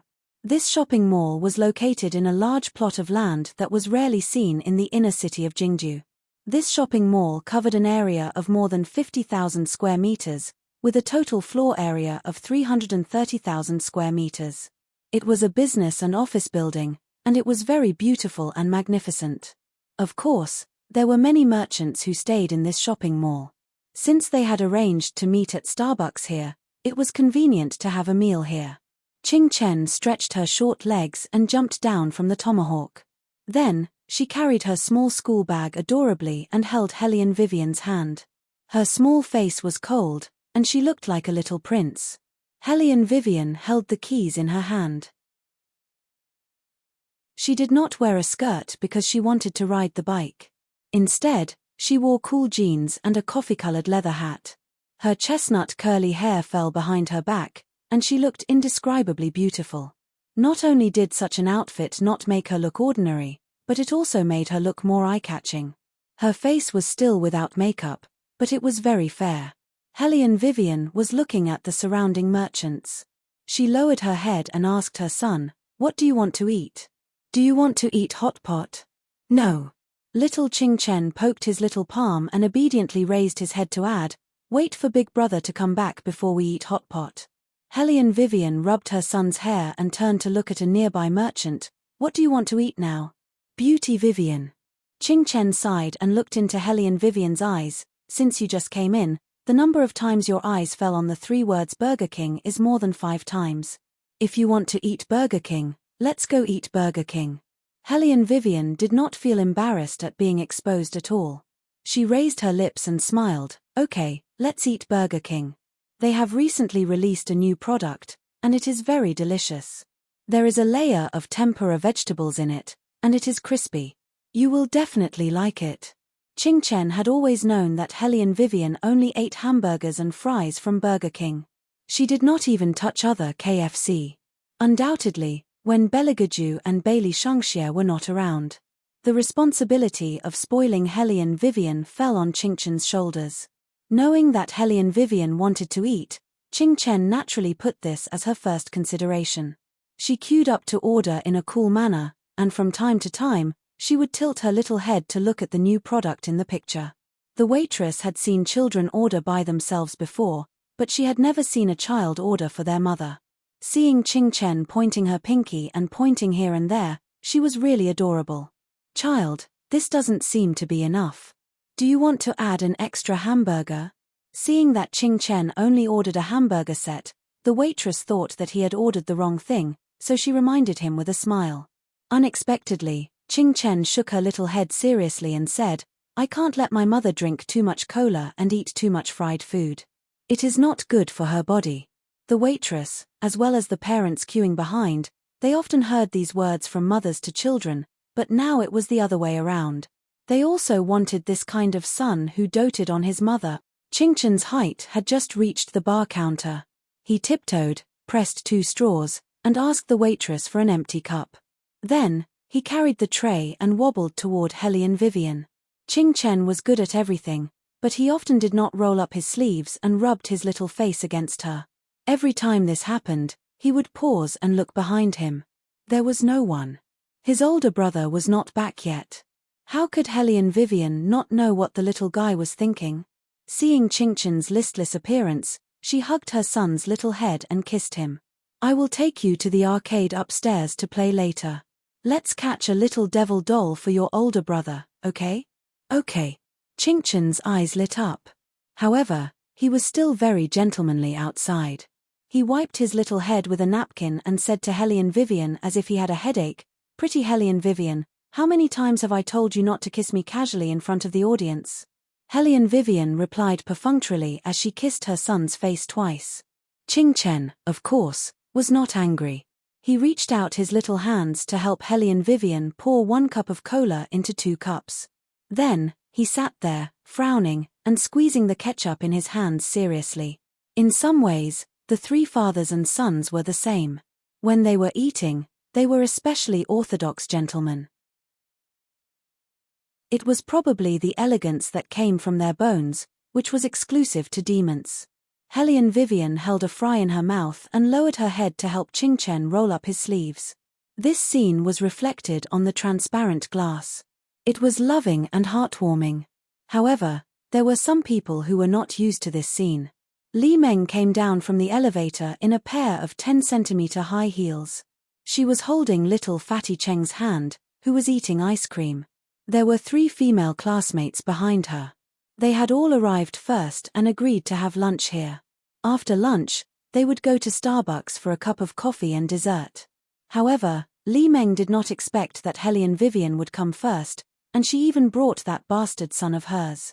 Since that was the case, she could not blame her for taking action first.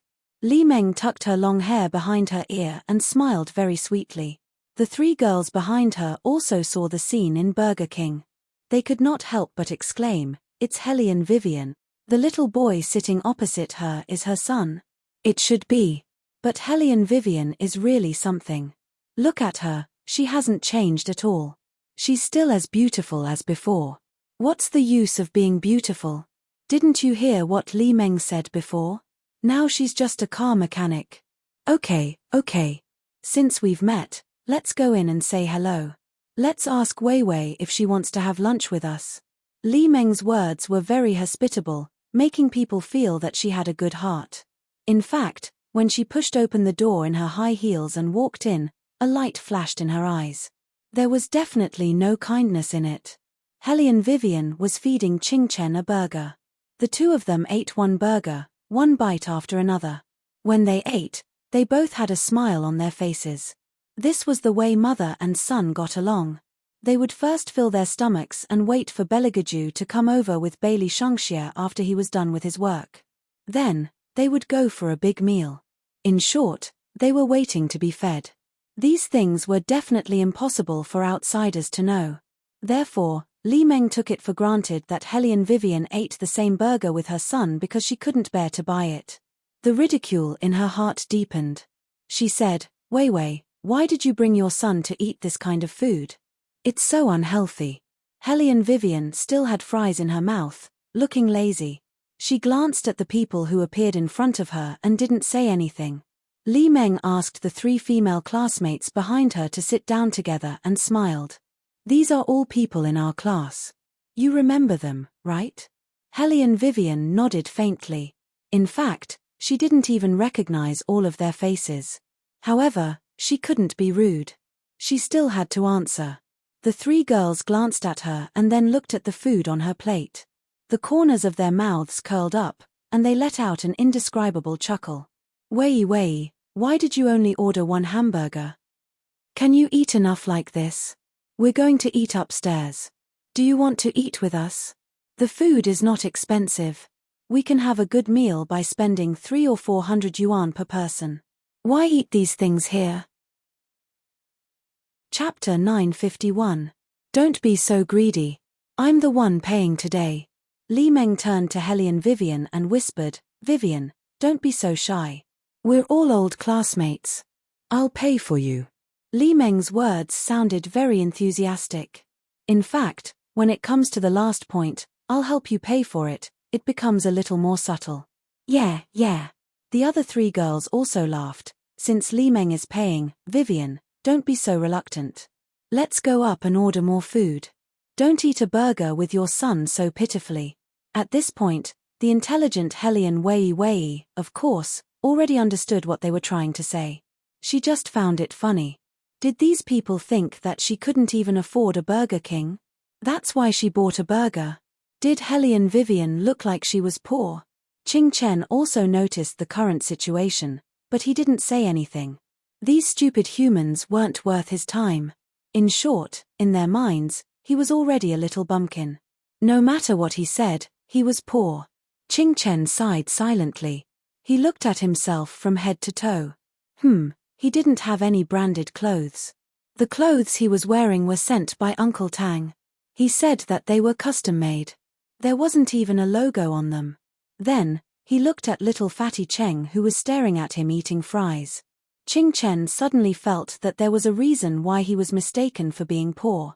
But he clearly loved money. Then, he would work hard to earn money in the future. Just as Qing Chen made up his mind, Bailey Shangxie was carrying the priceless black diamonds and black pearls in the demon world. He was going to use them to make a waist chain for his little brother's toy. His little brother didn't know how to wear clothes, so of course he had to be considerate. The demons in the demon world didn't dare to show their faces. They whispered to their companions, "What's the little master doing?" "I don't know. It seems that he's especially interested in jewelry this time. It's the first time I've seen the little master so serious and obedient. It's a miracle that he didn't beat anyone up today. This is a miracle." At this moment, Bailey Shangxie suddenly straightened his little body and glanced in their direction. The fiendish demons trembled. They thought that he was going to grab them and torture them again. Instantly, all of them froze. He was hesitating whether to flee to the left or to the right. Unexpectedly, the little master grabbed the leg of one of them and threw that person out. Bending down, he picked up the largest black pearl at his feet and continued to walk forward. He didn't even notice their existence. All the fiendish demons. What the hell is going on? How could they know that Bailey Shangxie only had the thought of digging for jewelry for his brother? How could he care about them? At this moment, little Qing Chen was still eating his hamburger. His little face was round as he took big bites. He looked at the people in front of him with his big eyes and leaned over to drink from his Coke cup. He was so adorable. Obviously, Hellion Vivian didn't take these people's words to heart at all. Her eyes were on her little Qing Chen. She pinched his little face and leaned over to snatch a French fry from her son. Qing Chen thought that Hellion Vivian liked it, so he dipped the French fry in ketchup with his other little paw and fed it to Hellion Vivian in a gentlemanly manner.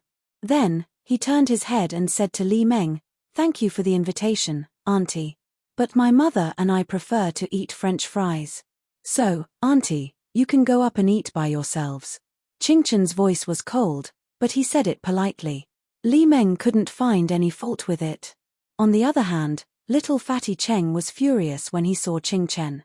His nostrils flared as he reached out and tugged at Li Meng's sleeve. "Mom, let him." Before little fatty Cheng could finish his words, he was nailed to the ground by Hellion Vivian's gaze. He didn't know why, but he felt like he was being stared at. "If that's the case, you can eat first." Li Meng seemed to have thought of something and quickly interrupted her son. She looked at Hellion Vivian and said with a smile, "Let's meet on the second floor of Starbucks later." Hellion Vivian curved his thin lips and put one hand behind the back of the chair. He smiled lazily and said, "Okay." Li Meng stood up with a smile and gave the 3 female classmates a look. Not all the classmates had arrived yet. It would be interesting to reveal the truth when they were all here. The 3 female classmates didn't know what Li Meng was thinking, but they had always tried to curry favor with Li Meng. When they heard what she said, they didn't stay for long. After they walked out of Burger King, little Fatty Cheng's hands were still tightly clenched. He was extremely unhappy. He didn't understand why his mother didn't let him vent his anger. Li Meng pulled her son aside and said in a low voice, Cheng, remember this. That little brat doesn't deserve you to vent your anger in front of others. How many times have I taught you to maintain your composure? That kind of poor person doesn't deserve you to lose your composure. Do you understand? I know. Little Fatty Cheng gritted his teeth. But, Mom, you have to teach them a lesson. Li Meng smiled. Of course. I've already said that I'll help you vent your anger. Come, let's go eat first. It'll be almost time after dinner. In Burger King, Qing Chen finished the last sip of her cola and said in a childish voice, Pretty Weiwei, it seems that your classmates don't just want to have a party with you. Qing Chen, you have to remember that the other meaning of any party is to compare. Helian Vivian flicked his forehead and smiled evilly. But, they seem to have misunderstood something. They think that I'm very poor. Qing Chen reached out her 2 little hands to save her little head. She educated Helian Vivian seriously. It's not that they think you're poor. They think that you're very poor. So, Pretty Weiwei, when I help you in the future, you have to give me more pocket money. Do you understand? You can't exploit child labor. I'm telling you how hard it is to live in this world. Helian Vivian bent down and picked up Qing Chen. She continued, Besides, look at your brother. He handles so many official matters for your father, but he doesn't have any pocket money. I'm already very generous compared to your father. Little Qing Chen was speechless. He finally understood why his older brother had to run away from home. His imperial father and imperial mother were equally shameless. They simply didn't give them any chance to survive. Fortunately, he still had his own little treasure vault. At this thought, Qing Chen was about to check the kickbacks in her pocket. Little did she expect that when she lowered her head, Helian Vivian took away more than a dozen 100 yuan notes, leaving only a 50 yuan note in her pocket. Pretty Weiwei, you'll lose me if you continue like this. Good girl, it's not good to carry too much money. Last time, you were kidnapped because of this. Mom helped you get rid of it, so you're safe now. Qing Chen, tricks, it's all tricks. It was an accident that she kidnapped him, okay. However, Qing Chen wasn't strong enough to fight against her bandit mother. After a while, she was distracted by Helian Vivian's demon-shaped plushie. When Qing Chen saw the plushie, she immediately thought of her brother. The plushie was very delicately made. It had a pair of pure black wings on its back and a few black studs on its ears. Its cold expression was very lifelike. Qing Chen was overjoyed. He raised his pocket money and was about to buy some game coins. All his actions showed that if he didn't take down this little demon today, he wouldn't leave. Helian Wei counted $100 bills and gave them to the arcade, exchanging them for 1,000 game coins. She wanted to collect 10,000 game lottery tickets, so that she could take down the little devil who was completely black all over. Qing Chen was very good at playing with electronic products, especially when it came to calculating the lottery. Every time she put in a game coin, she would win a lot of money. This made the eyes of the gaming parlor's boss turn red with envy. He never thought that the hit rate of the machine would be so high. He even specially asked someone to adjust it. But no matter how he adjusted it, the result would still be crushed by little Qing Chen. In the end, Qing Chen won the most expensive plushie in the gaming parlor with less than 20 game coins. The plushie was an imitation, and it was taller than Qing Chen by a head. It would cost at least 600 to 700 yuan in a shopping mall. Qing Chen was even cuter when she carried it, because she couldn't see the road ahead. The owner of the gaming parlor didn't believe it. He put in a game coin himself, but he didn't win a single lottery ticket. Damn it, he lost a lot. 20 game coins were exchanged for a 600 to 700 plush toy. Naturally, little Qing Chen was in a good mood, especially since this plush toy was a gift for his elder brother. Hence, he did not care about the beads of sweat on his forehead. He wiped himself clean with his little paws behind his back and continued to walk toward Starbucks. This time, quite a number of students had come. Li Meng sat in the middle. When she saw Hellion Vivian come in, she was very enthusiastic. "Why are you so late? I thought you would finish eating first. Do you want to order dessert for your son? You ate so little at Burger King just now. You must not be full. Li Meng, don't let Wei Wei order anything. A pastry at Starbucks is enough for her to eat a meal at Burger King. How can she be willing to do that?" The female classmate next to her laughed. "How about this? I have a card here. If you order a cup of coffee, you can buy one and get one free. The free cup is just right for Wei Wei." Hellion Vivian didn't say anything. She just looked at the female classmate with a smile.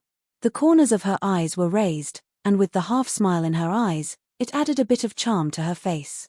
The female classmate was stunned by Hellion Vivian's gaze. She didn't know why, but there was a trace of coldness in her heart. The others didn't know how she felt, and they all urged Hellion Vivian to order something. Hellion Vivian didn't go to the bar counter. Instead, she held Qingchen's hand and sat on the sofa. She was as lazy as ever. "I prefer drinking compared to coffee. I just finished eating, so I won't drink anymore." Seeing this, Li Meng and the three female classmates looked at each other. They were even more sure that Hellion Vivian was reluctant to order. Since Wei Wei doesn't want to drink, then forget it. Li Meng tried to mediate. She lowered her eyes and took a sip of the coffee. Her posture seemed noble, but in fact, she was just pretending. "Oh right, Cece will come over later. Wei Wei, you still remember Cece, right? When we were in school, she sat behind you. Now, Cece is awesome. Not only is she getting more and more beautiful, but she also became a top lawyer. A few days ago, she even accepted an interview. Now, she charges a lot of money. She's really busy. I don't care about anyone, but I have to care about you, Mrs. Cheng." As soon as Li Meng finished speaking, Du Cece walked in with a branded bag in her hand. Her hairstyle was very fashionable, with beautiful straight hair. She obviously put on makeup and wore a pair of high heels on her feet. The color of her thin lips was very light.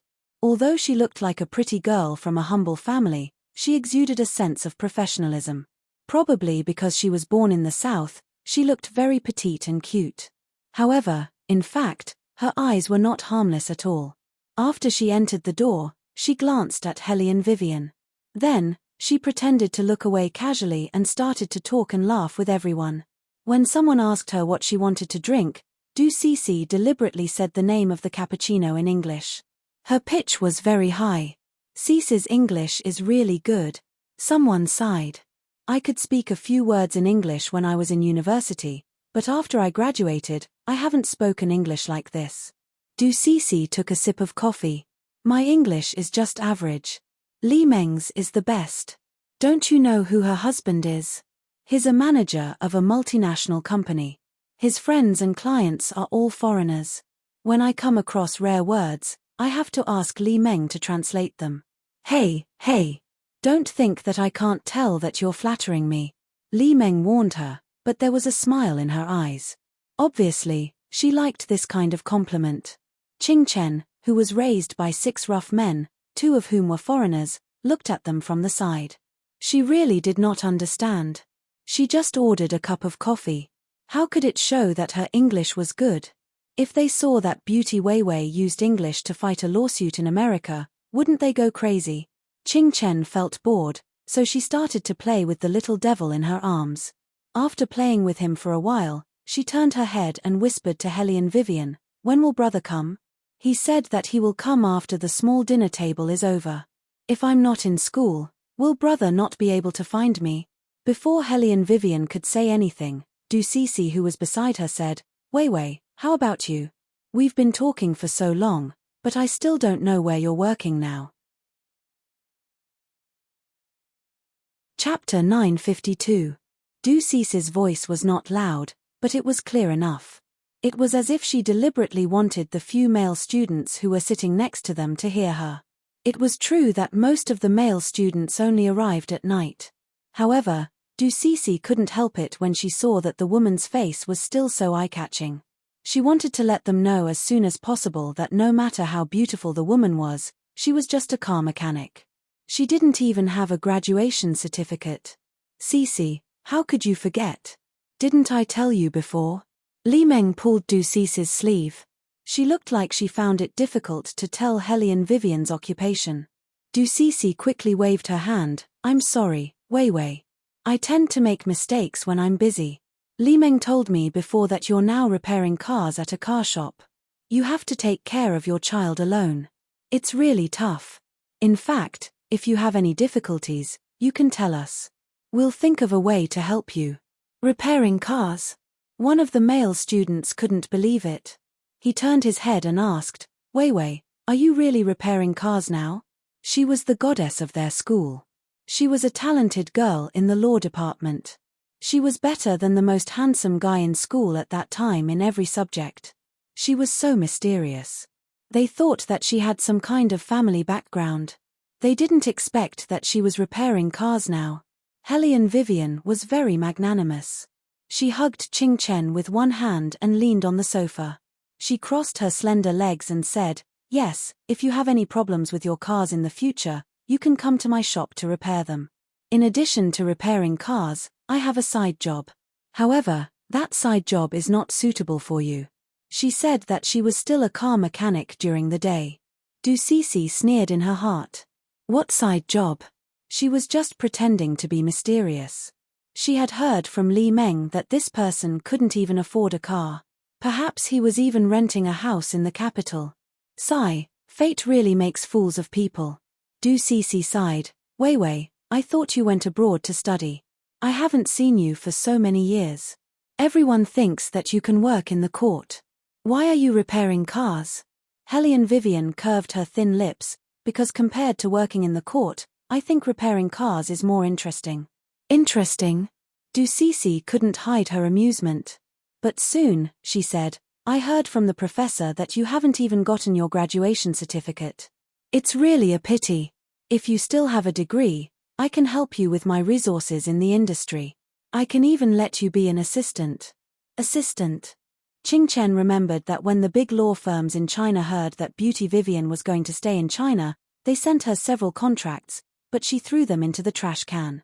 She didn't even look at them. The more she thought about them, the more she felt that they were hopelessly stupid. It's okay. I like my current job. I don't plan to change it. Hellion Wei Wei was telling the truth. She would repair her car during the day and catch ghosts at night. Catching ghosts usually cost at least 100,000, so it should be more profitable than going to court. The most important thing was that she could not bring little Qing Chen to court, but catching ghosts was different. She would just sit there and count the money while little Qing Chen would be in charge of cleaning up the ghosts. She could treat this as a form of entertainment for little Qing Chen. Thinking about it this way, she could bring Shangxie along to catch ghosts in the future. Shangxie should be more powerful. Ducisi didn't know that Hellion Vivian didn't take her provocation to heart. She thought that Hellion Vivian was just being stubborn. She sighed pretentiously, only you can endure this pain. If it was me, I wouldn't be able to stand it. I heard that it's dirty to repair cars. Only men come in and out. You're a woman, so don't be bullied. No one can bully mommy. Qing Chen reacted quickly. She understood the hidden meaning in Ducisi's words. She moved the devil plushie that was blocking her and looked at Ducisi. There was a faint light in her eyes. Only then did Ducisi realize that this child was extremely beautiful. Her big eyes were clear and cold, as if she was giving a warning. She had an extraordinary temperament. However, looking at her clothes, there was not a single branded item on her body. It was obvious that her family was not very good either. Vivian, this must be your son. He's so good looking. He's quite protective of you. Ducisi chuckled and looked to the side. I heard that there was a misunderstanding between your son and Cheng Cheng. It's really strange. Cheng Cheng is usually the most sensible child. The few of us often go out for coffee together. Li Meng always brings Cheng Cheng out every time. Cheng Cheng has never caused any trouble. How did they end up fighting in school? In other words, she was trying to elevate little Fatty to reflect Helian Chingchen's ignorance. Li Meng was very generous. It's inevitable for children to have conflicts. Usually, Vivian is busy fixing the car. She doesn't have time to care about her son. Let's just forget about this matter. After all, Cheng Cheng is 1 year older than you. You should give in to your younger brother. Do you understand? Yes, Mommy. I understand what you're saying. Little Fatty Cheng answered straightforwardly in front of others. However, his eyes were full of contempt when he looked at Helian Chingchen. Li Meng then said to Du Cece, "Cece, Vivian doesn't have it easy. She even wants to save on her meals. It's all for the sake of her child. You should stop talking about this matter." When little Chingchen heard this, his eyes turned extremely cold. Initially, he had planned to drag Beauty Wei Wei away. After all, the little fellow was still thinking of seeing her brother. She was not interested in these noisy humans. Now that he saw the situation, he decided that he had to stay. He was going to teach these stupid humans a lesson about the consequences of mocking his mother. However, before Ching Chen could use his trick, Helian Vivian spoke. "Although I don't know everything about school, I heard a little about it. It's normal for children to fight. However, we need parents to teach them how to use words. Since you're all here, as a mother, I'd like to ask on behalf of my son. Li Meng, why did your son call Ching Chen a bumpkin every time he saw him? Who taught him this word? Do you even need to teach him? You're just a car mechanic. Of course, your son." Li Meng covered little Fatty Cheng's mouth before he could finish his sentence. Li Meng glared at him, and he became obedient. However, he already understood the meaning of those words just now. It was nothing more than saying that Helian Wei Wei and the others were poor. Everyone fell into an awkward silence. Everyone lowered their heads and drank their coffee to hide something. However, some of them still had a smile on their faces. It was as if they were mocking little Fatty Cheng together. Chapter 953. As the person involved, Helian Vivian's smile did not disappear. Instead, the smile on her face deepened. She was holding Ching Chen in her arms, and Ching Chen was holding the devil plushie in her arms. Both of them had the same evil expression. "A lousy car mechanic." Helian Vivian repeated the words playfully. Li Meng explained, "Wei Wei, Cheng Cheng is still young, and he doesn't mean anything else. It's just that those people on TV usually describe him like that, so he followed suit. After all, I've been too nice to him.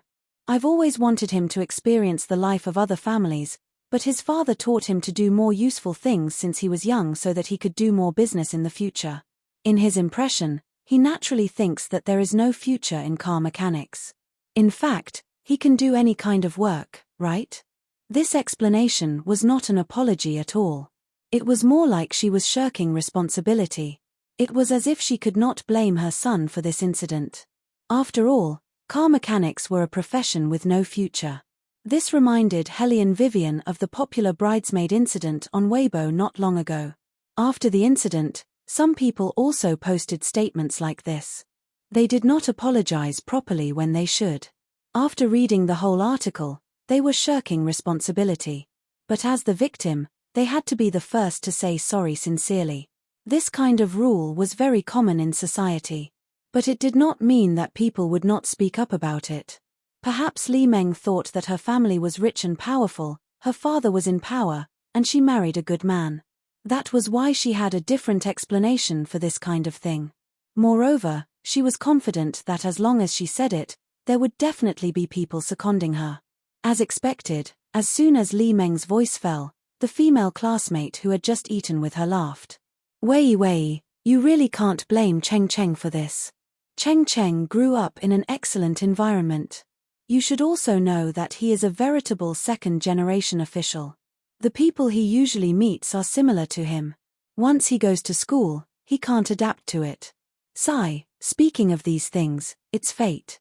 What is the saying, no discord, no concord? If Wei Wei wasn't our classmate, Li Meng's husband might get angry and this matter would become a big deal. Fortunately, we all know each other, so it's easy to solve. Du Cixi shook her head as if it was not a big deal. Let's not talk about Li Meng's husband. Even if Chengqing's father called the police station, the nature of this matter would immediately change. You know, all schools have to give face to the old man. These words were clearly meant for Hellion Vivian. Hellion Vivian had a smile at the corner of her mouth, and her eyes were oppressive. Do you mean that because Cheng is the son of an official, it's okay even if he humiliates the children next to him? Wei, it's not a big deal. How can you say that it's a humiliation? Du Cixi wanted to make things vague. We're mainly saying that Cheng doesn't have a bad heart. We're afraid that you'll misunderstand. That's why we mentioned Chengqing's family background. Family background? Hellion Vivian's smile grew wider. To be honest, she was not afraid of any family background. Moreover, she felt that little fatty Cheng in front of her was not the son of an official. He was just the grandson of the head of a department. Although in the capital, no matter how small an official was, it was still bigger than a city-level official. However, in Hellion Wei's network of connections, such officials could be easily found. Moreover, every one of them was afraid of offending her. However, no one would know about Hellion Vivian's situation. Therefore, Li Meng and Du Cixi felt that they were better than Hellion Vivian, and they were very happy. Okay, let's not talk about these things anymore. Li Meng wanted to change the topic, so she looked at Du Cixi. Why are you so late today? Didn't you say that you're busy with work? You don't look like you went to work. I didn't hear that you had a case to go to court. Du Cixi put down the coffee in her hand and fiddled with the gold chain on her left wrist with her fingers. Her face was slightly red, and she looked a little shy. I was called by my uncle at the last minute to meet the CEO of Ju Wei. Ju Wei? Not only the few female classmates next to her, but even Li Meng's eyes lit up. It's the aristocratic CEO that was reported by the media. I heard that he's very young and is even more handsome than celebrities. He came from the United Kingdom. Now, the entire film and television industry in the capital is monopolized by him. He's so powerful. Cixi, how do you know him? Did you get his phone number? Du Cixi tucked her long hair behind her ear and suppressed the pride between her eyebrows. She pretended to smile calmly. You guys, how can it be so fast? But the next time we have a meal together, he'll probably leave his number. We're not close yet. Look, you even used the word we. Li Meng pointed at her with her finger. How can we not be close when we can have a meal together? At least we've seen him before. I've heard about that person. Even if the mayor asked him out, he wouldn't show up if he didn't want to. The mayor had to go over and greet him personally. This person is almost like a Prince Charming in the eyes of many people. If he hadn't been living in seclusion, I'm afraid his limelight wouldn't be any lower than those popular male stars. Cixi, we'll have to count on you in the future. I don't understand what you're talking about. Du Cixi's face was slightly red. She deliberately made her words sound very flirtatious, as if she really knew Beligaju. In fact, she had only seen his back from afar. However, she was not afraid of being exposed because everyone here, including Li Meng, would not be able to see that handsome man. Moreover, with her uncle around, she would be able to ask him out for dinner one day. Therefore, she was not lying. Du Cixi had always been good at packaging herself. She knew how to speak without exaggeration so that she could mingle better in front of others. As soon as she finished speaking, the male students on the other side came over. Many of them wanted to see if they had the opportunity to get in touch with Ju Wei. As long as they could get in touch with her, it would mean countless business opportunities and benefits. Just like that, because of Du Cixi's words, the atmosphere in the coffee shop suddenly became lively. Everyone wanted to ask Du Cixi about something. Only the mother and son who were sitting on the sofa were a little confused. They were exceptionally quiet. The excuse that Hellion Vivian had originally thought of disappeared at this moment. Qing Chen, on the other hand, hugged the devil plushie and blinked twice. She raised her little face and asked Hellion Vivian, "Pretty Hellion Vivian, I didn't hear wrongly just now. Is the company she mentioned really called Juwei? You didn't hear wrongly. She was indeed talking about Juwei. Hellion Vivian reached out her hand and touched her forehead. She thought silently, this name should be quite common, right? Why did she not feel confident when she said the last word right? Chapter 954. Last time, Big Brother said that our family is now an opera company. Because he wants to be an opera singer in the future, Dad set up a company for him to play with in advance. We were afraid that he would eat up all the opera singers in a moment of ferocity. Ching Chen reached out his little hand and pushed away the devil plushie that was blocking his face. He lowered his voice and muttered to himself, but Dad's naming skills should be better than Mom's. Ching Chen, are you questioning my aesthetic standards? Hellion Vivian raised his beautiful eyebrows. Also, that's not called an opera singer, it's called a star. Your brother came from ancient times. Are you from ancient times too? Please speak modern language. The little one shook his little finger very seriously. Now, it's not a matter of aesthetic standards, it's a matter of coincidence. Anyway, Beauty Vivian, I need you to tell me that the current situation isn't what I think it is, right? Cough, to be honest, I think the same as you. Hellion Vivian lowered his eyes very seriously. And so, the mother and son's expressions were in sync again. It had to be said that it was a little cute. However, Ching Chen seemed to have thought of something, and suddenly his eyes lit up. Beauty Vivian, if Dad gave his phone number to another woman behind your back, what would you do? He hasn't given it to me yet. Hellion Vivian's voice was very languid. Ching Chen said in a small voice, then, what about eating? Eating with another woman? From what that auntie said just now, she seemed to have eaten with father, and it was a kind of blind date meal. Hearing this, Beauty Vivian paused, and then took out her phone. She directly opened a certain someone's WeChat and sent a few words. I heard that you went for a blind date meal. When Ching Chen saw that Beauty Vivian sent him a WeChat message, he stared at the screen with great interest. He especially wanted to know how father would reply to this message. Yes. Wait. Ching Chen seemed to have found something very interesting. She sat in Hellion Vivian's arms obediently and cutely. After thinking for a while, she felt that she had to tell her elder brother about this matter. Therefore, she imitated Hellion Vivian and took out her small mobile phone. This kind of small phone looked fake from the outside. It was not available on the market at all. However, the core was real. There was no problem with communication. Bailey Shangxia had one, and Hellion Qingchen had one, which was used for family communication. While Qingchen was typing, his little finger poked around on the screen, and his little face unconsciously puffed up like a little bun. The more Hellion Vivian looked at him, the more amused she felt. She hugged her son and kissed him. When Bailey Shangxia received the WeChat message, he was flipping the fourth monster. Halfway through, his pocket vibrated. He kicked the monster away, then took out the small phone. After reading the content, his thin lips curled up fiercely. The monsters standing beside him were so scared that they huddled together, trembling. They were afraid that the little master would rush over and kick them away. But a miracle happened. The little master did not continue. Instead, he lowered his head and typed on the phone. Since when did the toys used by humans become so attractive to the little master? This was completely illogical. Okay. Bailey Shangxia first sent a hug emoji to his younger brother. Then, he turned around and opened his father's WeChat. He clicked on the Great Devil's profile picture and sent a provocative message. I heard that you cheated on me. There was no reply. He should be busy. Bailey Shangxia looked at his small phone for a while, then stuffed the black gem he dug up into his pocket. He looked down at the monsters who were frightened by him. What are you hiding for? Come and help me analyze.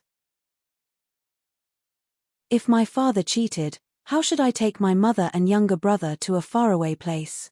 Cheated. Of course it would be a divorce. A divorce. Wait a minute. All the monsters were stunned. What did the little master just say? The master cheated. Where did he cheat from? Also, even if the master really cheated, the little master was so happy and excited that he immediately wanted to take the whole family away from home. What was going on? That's your biological father, right? Being a cheater for 10,000 years would not change his nature. All the monsters in the demon world were temporarily summoned to the first prison by Bailey Shangxie to discuss countermeasures against the master's cheating. This was simply impossible. They could not find the meaning of this meeting at all. Helplessly, Bailey Shangxie was very excited. I want to go back to the human world and see which woman my father is eating with. Then, I will send a photo to my mother. All the monsters. If you really do that, you will definitely be hung on the wall by the master and given a good beating. Bailey Shangxie was never afraid of chaos in the world. He packed his things and prepared to return to the human world. In the afternoon, the warm sun cast a brilliant golden light into the blue sky. Bathed in the soft light, the Zhu Wei group looked even more extraordinary. The highest floor of the Hua Huang building in the capital was completely open. The luxurious conference room at the top was enough to accommodate hundreds of people. On the low-key and minimalistic office table were the documents that had just been sent by the Ministry of Commerce. The media had not left yet. They stayed in the reception hall downstairs, still hesitant, and kept craning their necks to look at the stairs. Many people did not even have the chance to see the face of the master, let alone interview him. Everyone could not help but feel a sense of regret, but they did not give up. Because as long as they got a photo, even if it was a little blurry, there was a chance that they could make today's headlines. Beligaju had never accepted interviews. This time, when he returned to the capital, they did not have to worry about the man's status. They could take photos if they wanted. It was a once-in-a-lifetime opportunity. They had to seize this opportunity. Unlike the eager media, all the senior executives of the Zhu Wei group were restless in their seats. The weather was not hot yet, but their foreheads were overflowing with sweat. It was not because of anything else, but because of the man sitting at the head of the table. His long and slender legs were crossed under the table. That beautiful curve formed a strong contrast with the hard lines of the table. His appearance was extremely handsome. His eyes were as deep as the sea, containing endless depth and wisdom. He had a high-nose bridge, light thin lips, and an extraordinary noble temperament. However, it was so deep that it made everyone feel pressured. Just when many of the senior executives thought that they would die without a complete corpse, something seemed to ring. It was the sound of a WeChat notification. Who was it? Who did not put their phone on silent mode? They were simply trying to kill them. Chapter 955. The executives of Zhu Wei Group looked around as if they were facing a formidable enemy. They looked rather irritable, as if they were saying that they would not beat him half to death if he showed up. In the end, they saw the man turn his head and a phone appeared in his left hand. A second WeChat message came from the phone. The ringtone was very clear. The executives were all stunned. Since when did Chairman Zhu bring his phone into the meeting room? Most importantly, they had always thought that Chairman Zhu was someone who did not have WeChat because all the communication work was done by Assistant Long. They had never seen a man using WeChat before. Most importantly, because of a single text message, the oppressive feeling just now seemed to have disappeared. There seemed to be a flash of gentleness in Chairman Zhu's eyes. They must have seen it wrongly. This man was like a demon who never gave his opponents any way out in the business world. How could he be so gentle? Continue. The man lowered his eyes and scrolled through the screen as he gave the order. His voice was filled with coldness, and President Zhu suddenly came back to his senses. Chairman Zhu, I didn't think it through enough this time. That's why I went against your wishes. I wanted to use your return to boost our momentum. I didn't expect that Special Assistant Long wouldn't even give me a chance to explain myself. He just asked me to submit my resignation letter. Du Cici's uncle was obviously the same as Du Cici. He would spread the news as soon as he found out something. More than half of the executives thought that the man would do something immediately. But he did not. The only thing the man did was look at WeChat. Under the light, no one knew what he saw. The executives of Zhu Wei Group saw his indifferent lips curl up slightly, and his eyes were filled with a faint gentleness. Was Chairman Zhu smiling? The people present were all elderly. They could not help but take out the eye drops that they always carried with them and started to drip them. After 2 drops, they saw the man's slender fingers tapping back and forth on the screen. A blind date. I've only had a blind date with you. I've never had a blind date with anyone else. Wei, is this considered as checking up on me? Obviously, His Highness was very happy to receive this kind of WeChat message. This also meant that someone cared about him. CEO Du looked at their experienced chairman with a hint of a smile in his eyes, but his face was calm and indifferent. For a moment, he couldn't understand how the other party saw him. Hellion Vivian raised her eyebrows when she received the reply. She had no intention of asking for more details. She understood His Highness's character. If he hadn't eaten it, then he hadn't eaten it. However, you've eaten the matchmaking meal when you were in Tiandao. At that time, you clearly came to Buddhism every day to eat vegetarian and recite Buddhist scriptures. Hellion Vivian recalled those days and sent him a WeChat message. This time, Belagaju's reply came quickly. You think I'm going there to be vegetarian and recite Buddhist scriptures? I was obviously going to meet a certain phoenix. Every day, in order to see a certain phoenix, I had to force myself to listen to those boring Sanskrit chants. Unfortunately, this stupid phoenix only knew how to sleep under a tree every day. She didn't understand the thoughts of others at all. When she saw me, she even took out a knife and wanted to fight with me. Since she was so stupid, shouldn't I catch her and teach her a lesson? Hellion Wei did not know how to reply to his question. She even felt a little blush on her cheeks and her heart was racing. Even the memory in her mind was giving off a sweet aftertaste. She did not type anything and simply let the phone screen dim. Qing Chen was watching from the side. She held her little forehead like a little adult and said, "Beauty Wei, you're that stupid phoenix, right? Father has had designs on you for so long, but you didn't realize it. Your father is very cold and aloof. I really didn't feel that he treated me differently at that time." Hellion Vivian seriously defended herself for being slow. Think about it. Who would have a person with designs on you enter your room and look at you as if you have germs on you? Don't come near me. No one would think that he has feelings for me, right? Qing Chen chuckled. Then tell me, if father didn't have designs on you, why did he enter your room? Is father the kind of man who casually enters other people's rooms? Hellion Vivian. She actually had no words to refute that. In the other conference room, Belagaju waited for a few seconds but didn't get a new reply. He raised his thick eyebrows and swiped open another WeChat message with his fair and slender fingers. He originally had a casual posture, but after seeing the content, he couldn't help but frown. I heard that you cheated. Cheated. Belagaju didn't like this word.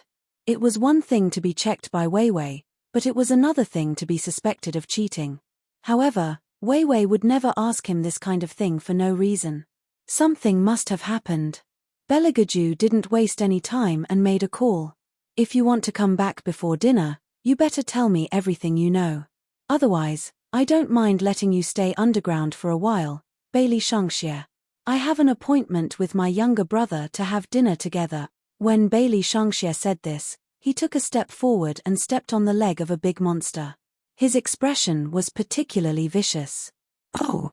Belagaju's light-colored lips curved slightly and he was extremely scheming. What does that have to do with me? Shameless, too shameless. Bailey Shangxie knew that his imperial father had something on him again, so he coolly told Belagaju the news that he had heard today. At the end of the call, he didn't forget to make a dig at his imperial father. Father, aren't you afraid that Imperial Mother will be angry and make you look for her for another 3 years? This last sentence made the coldness brewing in the depths of Bailey Jiaoju's eyes burst out in a flash. Even through the phone, Bailey Shangxie could feel his Imperial father's demonic aura. The sound from the phone had turned into the sound of static. It was obvious that his phone had malfunctioned because of his Imperial father. The senior management of Ju Wei Group didn't know what had happened because Chairman Ju had only said one sentence. However, they could clearly feel that the man's aura had changed again. It had become bone-chilling and cold. That kind of coldness was not like the oppressive feeling of a normal man, but a heavy sense of suffocation. The senior management saw him put down his phone and a strange smile appeared on his face. It was a smile, But not only did it not make people feel any warmth, it was very cold. He raised his eyes and glanced at Senior Manager Du, who was still standing. The coldness in his eyes began to surge slowly. I heard that Manager Du has a pretty niece. Or is she studying law? Chapter 956. Manager Du was stunned for a moment before he burst into laughter. Not knowing what was going on, he tried his best to suppress his excitement and said, I didn't expect you to know her too, Chairman Du. That girl is indeed pretty and has excellent professional knowledge. I was going to recommend her to be our company's legal consultant this time. Is that so? 2 words were said casually. Senior Du hastily nodded his head. Yes, if it's her. The obvious smile on Senior Du's face suddenly froze when he saw the cold glint in Bailey Jiaoju's eyes. What is going on? Manager Du did not understand what was going on. Sweat broke out on his back. Why is the CEO looking at me like that? He tried to figure out what the man was thinking, but he could not figure it out. However, Bailey Jiaoju only looked at him with a cold expression. His mockery was so obvious that Senior Du's expression became somewhat unnatural when he looked at him. Manager Du laughed awkwardly. Chairman Ju, what's wrong? Beligaju played with the phone in his hand and suddenly smiled. You said that Qing Long asked you to write a resignation letter? Yes, this matter itself is unreasonable. Manager Du felt that he finally saw hope. He thought that the CEO did not hear his resignation letter when he sent the WeChat message. This time, he finally had a chance to turn things around. Bailey Jiaoju's handsome face tilted slightly toward Qing Long's direction. Since when is it someone else's turn to make decisions for the important matters of the Ju Wei Group? Qing Long, you only asked Manager Du to write a resignation letter and you plan to let him go? You've been too lazy recently. Yes. Unsurprisingly, Qing Long lowered his eyes and executed the posture of a special assistant. Manager Du, who thought that he would be rehabilitated, was completely stunned. Wait a minute, is there something wrong? The man's smile was still elegant and indifferent. He leaned back and said in an extremely elegant and slow voice, release the news now. From today onwards, Du Jui is officially fired by the Ju Wei Group. No matter when, as long as Du Jui is in the company, the Ju Wei Group will not cooperate with them and will even suppress them. So, be kind and tell your colleagues not to do anything irrational. Bailey Jiaoju said this sentence very politely, but his hidden words were basically saying that in the future, whoever dared to hire Du Jui, he would kill that person. Many of the senior executives of the Ju Wei Group shuddered. They had always known that the president was capable. Even his threats were so well-mannered. Other than his means, he was also very scheming. He was simply invincible. Du Jui had kicked an iron plate this time. He had already said to listen to Executive Assistant Long, but he was so disobedient. The senior executives looked at each other. In order to avoid becoming the next target of the president, they began to work hard to reduce their presence, although they still did not know why the president was so angry. Du Jui, who had been forced into a dead end, was even more clueless about what had gone wrong. Chairman Ju, it's for the sake of the company that I want to hire a legal consultant. Even if you want to fire me, you don't have to be so ruthless, right? What's wrong with me working for the company? Working for the company? Beligaju stood up from his office chair. He placed one hand on the table and slowly lowered his upper body. Don't make it sound so beautiful. The thing I hate the most is people who want to interfere with my private affairs. Besides, who told you that I'm single? Isn't that so? This sentence was not asked by Du Jui, but by many of the senior executives sitting in the conference room. They knew that Chairman Ju had a son, but he only had a son. The young master's face and temperament were like a money tree. He had come to the company twice, and each time, it was unforgettable. However, they had never seen a woman appear by Chairman Ju's side. For an entire year, he did not even have a scandal partner. If he was not single, what was he? Their guess was that the young master might just be the product of Chairman Ju's womanizing when he was young. He must have been accidentally left behind by Chairman Ju, and had nothing to do with sex. Therefore, how could Chairman Ju not be single? In the conference room, the gazes that were fixed on Beligaju became more and more heated. It was obvious that no matter how old a person was or what position they were in, they could not beat the heart of gossip. As the center of attention, Beligaju was very calm. His voice was as indifferent as before. I've been married for 3 years, and my wife loves me very much. Married? Married. All the senior executives in the conference room were dumbfounded. Du Jui was even more dumbfounded. How could he be married? This news was undoubtedly a bombshell. It was so explosive that the steady higher-ups couldn't help but want to ask who that person was. Who was the person who was married to the chairman? Also, wouldn't most people say that they loved their wife very much?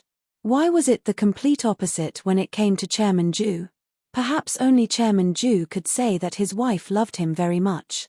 Beligaju did not care about the reactions of the people around him. He walked to Du Jui's side. As he walked past him, the invisible darkness surged out. I heard that Chairman Du wants to arrange a meal for me and your niece. Don't worry, this wish of yours will come true very soon. Du Jui didn't understand what Bailey Jiu meant. He only knew that as soon as the news was announced, his career for the rest of his life would be completely over. The only thing that Du Jui could think of was to beg the man to take back the idea. However, Bailey Jiu did not even spare him a glance. He dropped a bombshell and ended the meeting with a soft voice. The reporters who were still waiting outside heard the door of the conference room being pushed open from the inside. They could not help but look in the direction of the sound. A tall and slender figure came into view. Everyone fell silent in an instant. They stared blankly at the man who appeared. Their eyes were filled with amazement and admiration. Following his appearance, the brilliance of the entire afternoon quickly dimmed. He was extremely handsome. His eyes were as deep as the sea, containing thousands of stars and endless wisdom. There was an indescribable grace about him. He looked very much like a vampire aristocrat in the movies. Every move of his was filled with a dark aura. The reporters could not help but want to surround him. However, they did not dare to take a step forward because of the man's noble and powerful aura. Chapter 957. Bailey Jiu's footsteps didn't stop at all, as if all the lights in his eyes were a product of habit. He indifferently passed through the path that the bodyguards made in front of him, and walked toward the elevator entrance. Behind him, other than Qing Long, there was also Fire Chelin in a suit. The reporters wouldn't have any chance to interview him, so Azure Dragon was left behind to deal with the aftermath. Before he even walked out of the building, Beligaju dialed Bailey Shangxie's number for the second time. Bailey Shangxie, the troublemaker, was still figuring out how to get hold of his father's weakness in the devil realm.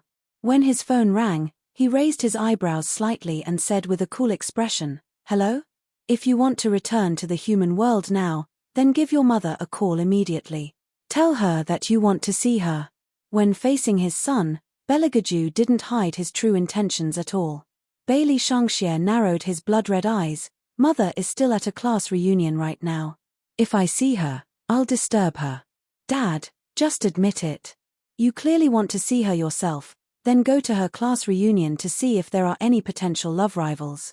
Little Bailey Shangxie, have I ever taught you that sometimes being too smart isn't a good thing? Beligaju's voice was very light, but there was a special kind of evil in it. I don't want to hear any more of your guesses. Call her now if you still want to leave the demon world. Bailey Shangxie puffed up his cheeks in anger. Since you want to see her, why don't you call her yourself? If I'm the one making this call, then what's the use of having you? Beligaju paused for a moment before adding, if you perform well this time, you can stay in the human world for a month. I won't threaten you with going to the demon world for a while. What do you think? Bailey Shangxie's eyes flashed. Deal. As long as his father doesn't threaten him with going to the demon world, he can take his mother and run away from home. That's it, that's right. However, his father was too shameless. He only knew how to use him. Regarding this, Beligaju didn't have the slightest bit of guilt. He turned to Fire Chelin and said, "Have you found the location of the class reunion?" Fire Chelin nodded. How could they not find out? Ever since they found out that Wang Fei was going to attend the class reunion, they began to understand the situation. The Princess Consort is drinking coffee now. In another half an hour, they will go to the Imperial Sky Hotel for dinner. The Imperial Sky Hotel is also one of Zhu Wei's properties. The Shadow is in charge of that place. Very good. Bailey Jiaoju's lips curved into a smile, contrasting with his pitch-black pupils, forming a deep and cold phoenix tail line. On the other hand, Hellion Vivian didn't know that His Highness was planning to come over now. After all, they had agreed to wait until everything was over before he came to pick her up. Hence, Hellion Vivian was still sitting in the cafe, studying the WeChat message with Qing Chen. Hellion Vivian felt that His Highness would never lie in this aspect. However, when did he set up the Zhu Wei group? As the first successor and first lady, Hellion Vivian and Qing Chen expressed that they would need to search the internet to find out how much the Zhu Wei group could fetch if they sold it. Forgive this pair of mother and son, they were moneygrubbers. However, Du Cece, who didn't know anything about this, looked at Hellion Vivian's side profile and smiled faintly. Look at how you guys are always talking about me and neglecting Wei Wei. Hearing this, the girls looked at each other and laughed again. Wei Wei, look at how confused you are. You probably don't know who the CEO Zhu is, right? It's a pity that you don't know about this since you usually repair cars. The Zhu Wei Group's properties are spread all over the world. He is a real business tycoon. If Cece really gets together with him, it will be difficult for us to even see Cece in the future. What are you guys talking about? Am I, Du Cece, the kind of person who is vain? Du Cece took a sip of coffee. With Wei Wei's current profession, it's normal that you haven't heard of the CEO Zhu's name. However, Wei Wei, if you have the chance in the future, you can come and look for me. Who knows, you might be able to meet the CEO Zhu. Hellion Vivian still didn't say anything. She just looked at Du Cece with a languid expression. There was an obvious interest in her eyes. It seemed like she was mocking or ridiculing her. Du Cece's expression became a little unnatural when she looked at Du Cece. What's wrong with this woman? She seems to be able to see through people. In the past, Du Cece didn't like Hellion Vivian's gaze. When they were in school, everyone tried to curry favor with her and wanted to have a good relationship with her. Only this Hellion Wei Wei, although she did not say anything, but that kind of indifferent look in her eyes would make people feel uncomfortable. When they were in school, it wasn't that Du Cece didn't think of ways to isolate Hellion Vivian. The results were very good. This was because Hellion Vivian, who was popular with boys, was always a little hateful in the eyes of the other female students. However, in Hellion Vivian's eyes, this kind of thing was like a clown's prank. She didn't care about Hellion Vivian at all. Even if she was isolated by the other people in the dormitory, Hellion Vivian didn't seem to care about it at all. At first, Du Cece thought that Hellion Vivian didn't know anything and was just too cold-blooded. However, when they were in class again, Hellion Vivian looked at her with a mocking gaze.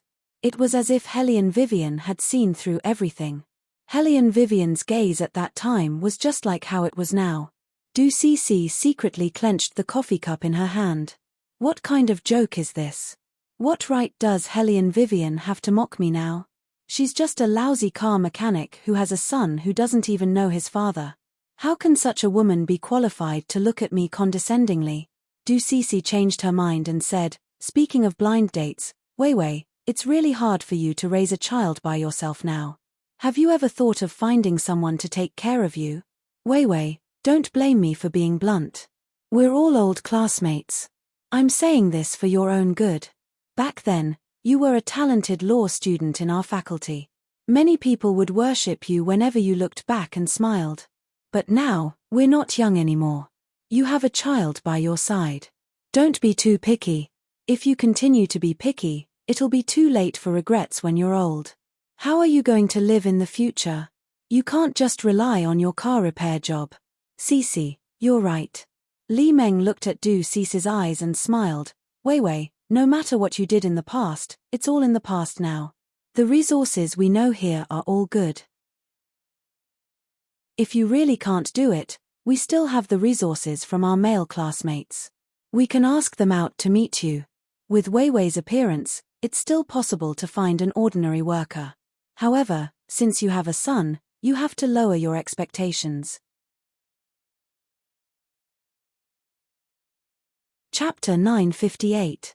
I have a good candidate here. Duceci put down the coffee cup in her hand.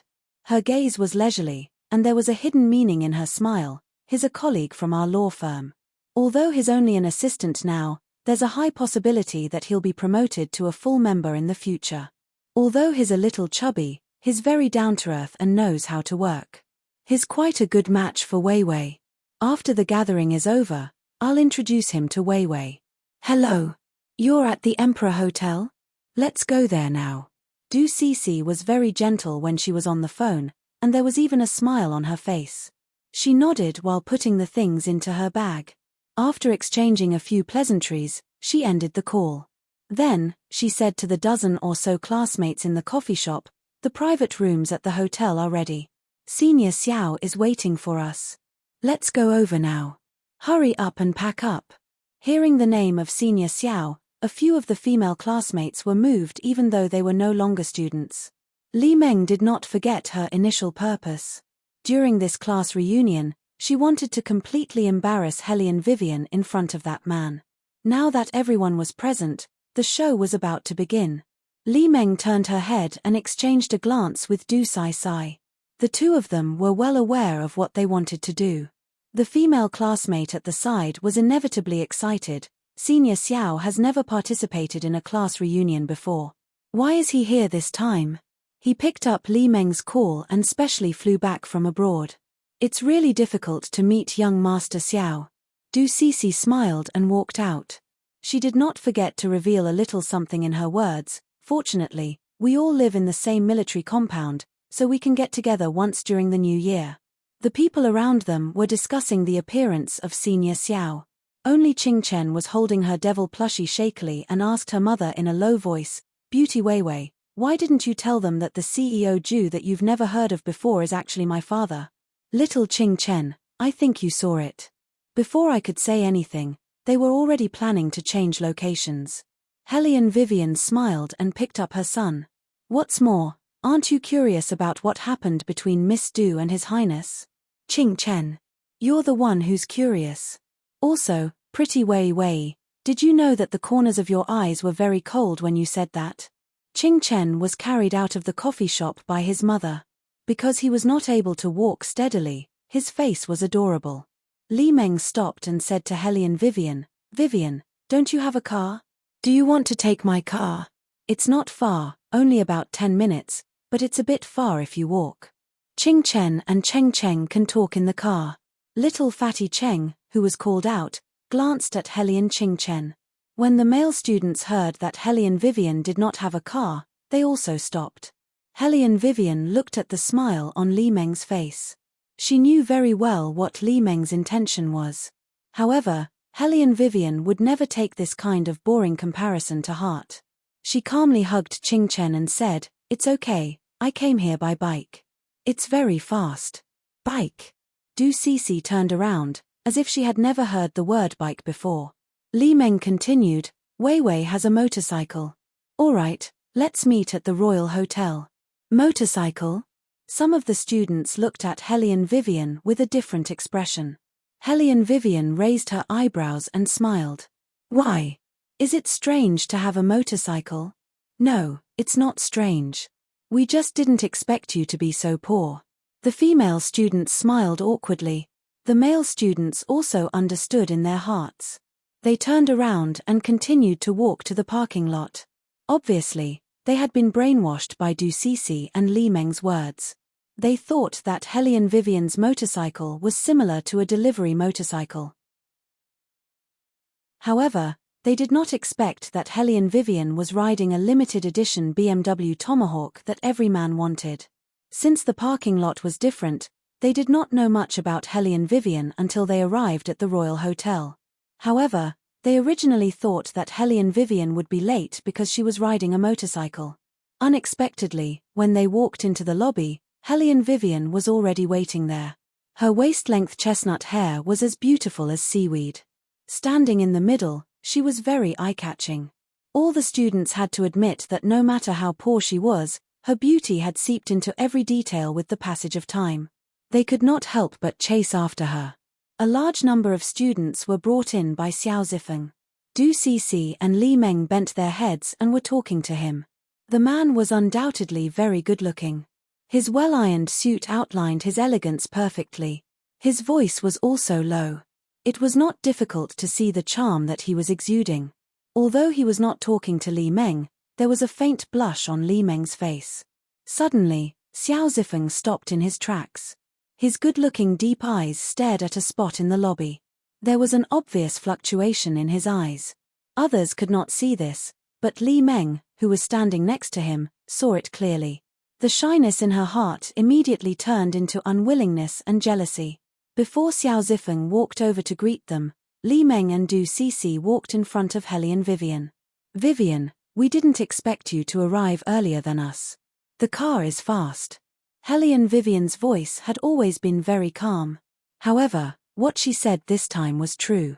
The BMW Tomahawk's speed was much faster than many luxury cars.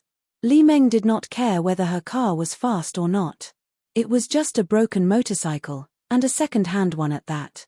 However, this second-hand motorcycle was something that Xiao Zifeng could not forget until now. "Why?"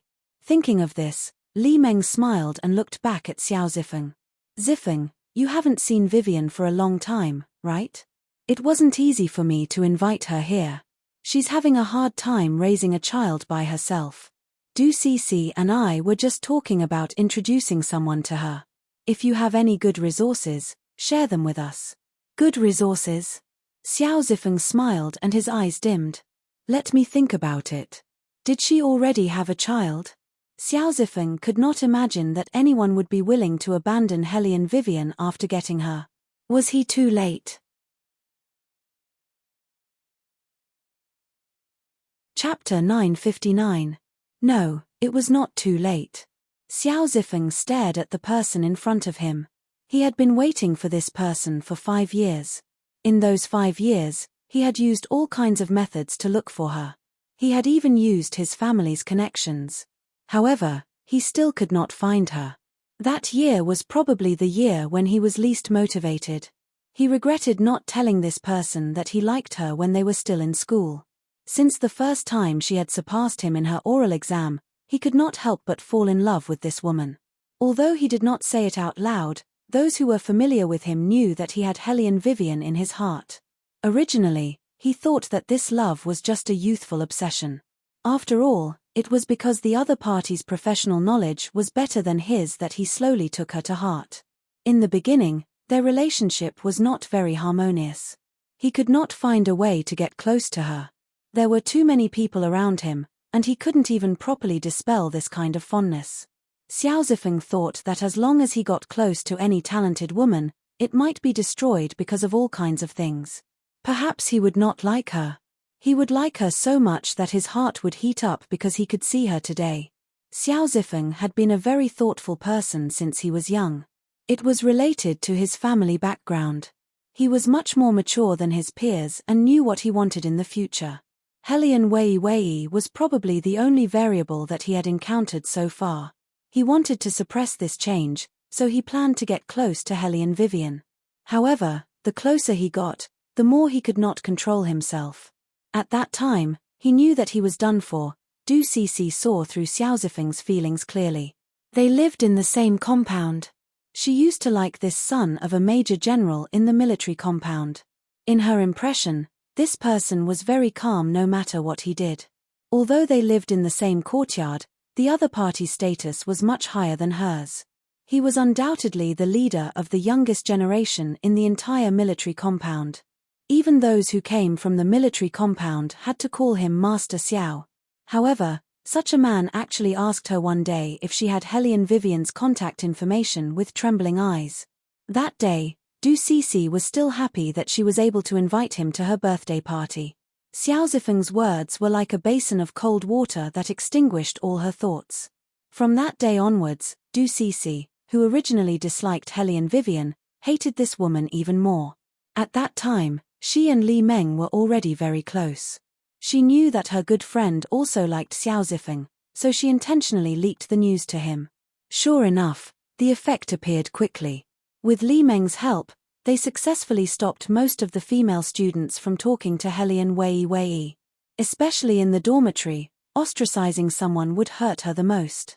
No matter how strong Helian Vivian was, it would be difficult for her to escape the envelopment of this air. During that period of time, Du Sai was very happy. However, this happiness turned into jealousy that had never disappeared after seeing Xiao Zifeng's current gaze. She and Li Meng looked at each other and laughed. Zifeng, you have to think about it carefully. The people around you won't do. You have to find someone who is compatible with you. You probably don't know that Wei Wei went to repair cars after she left school. She can't be in this line of work now. Don't find some rich young master for her. I'm afraid that she will be bullied. Cici, you're so thoughtful. Why didn't I think of this? With Wei Wei's current situation, she won't be able to fit in even if she finds someone with a good family background. Li Meng looked at Xiao Zifeng. Why don't I? No need. Before Li Meng could finish her words, Helian Vivian smiled and interrupted her. Her voice was very clear, with a unique smile that smashed into everyone's heart. I already have a boyfriend. You can forget about the idea of introducing someone to me. Xiao Zifeng's gaze froze. He could no longer say the words, see if I'm suitable or not.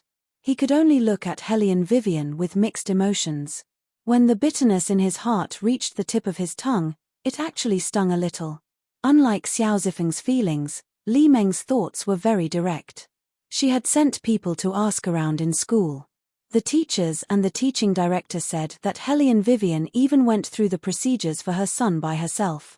They had never seen her with anyone before. Even her file stated that she was unmarried. How could she find a boyfriend in just 2 days? Li Meng obviously did not believe it. She looked at Helian Vivian's expression and the reactions of the people around her. She clenched her fingers and said, Wei Wei, I know that you don't want us to worry about you with so many people around. But you don't have to use this method. You should give yourself a chance. I see that you've been taking care of Qing Chen alone. How did you suddenly have a boyfriend? After Li Meng said that, the other students looked at Helian Vivian and started to make all kinds of guesses. After all, in this day and age, some people would make up some unfounded lies to escape. Obviously, they thought that Helian Vivian was too prideful and did not want to appear too down in front of them. That was why she said that she had a boyfriend. In fact, this boyfriend might not even exist. With this thought in mind, the expressions of the students changed. Du Cici immediately said, Wei Wei, it's okay to be single. We understand how you feel. You're already an adult and you don't want others to know that you're raising a child alone. But all in all, it's an opportunity. Since everyone is here and we have plenty of resources, why are you so shy? Du Cici's words sounded like nothing at first. However, people who had been in society for a long time knew that there was a mystery brewing behind it. In fact, it was not very comfortable. Helian Vivian naturally understood what she meant. However, she had no intention of communicating with this kind of person. Moreover, the phone in her bag rang. It was little Shangxie again. Helian Vivian did not have the time to care about Du Cici anymore. She turned sideways and answered the call. Mom, I want to look for you and little brother. I miss you. Bailey Shangxie's voice was very cool and sounded a little unnatural. In fact, when he received someone's order, he was even more determined to run away from home. Bailey Shangxie glanced at the person beside him. He was still reading the piece of paper in his hand. He paused after every word. I'll ask Dad to send me over, okay? Helian Vivian raised her eyebrows. Now? Yes, now. Because it seems that the girls have miscalculated the update time, I reverted to updating between 8 p.m. and 11 p.m. every day. You're tuning in to the Celestial War YouTube channel. Don't forget to subscribe and join us on this journey to catch the most captivating stories.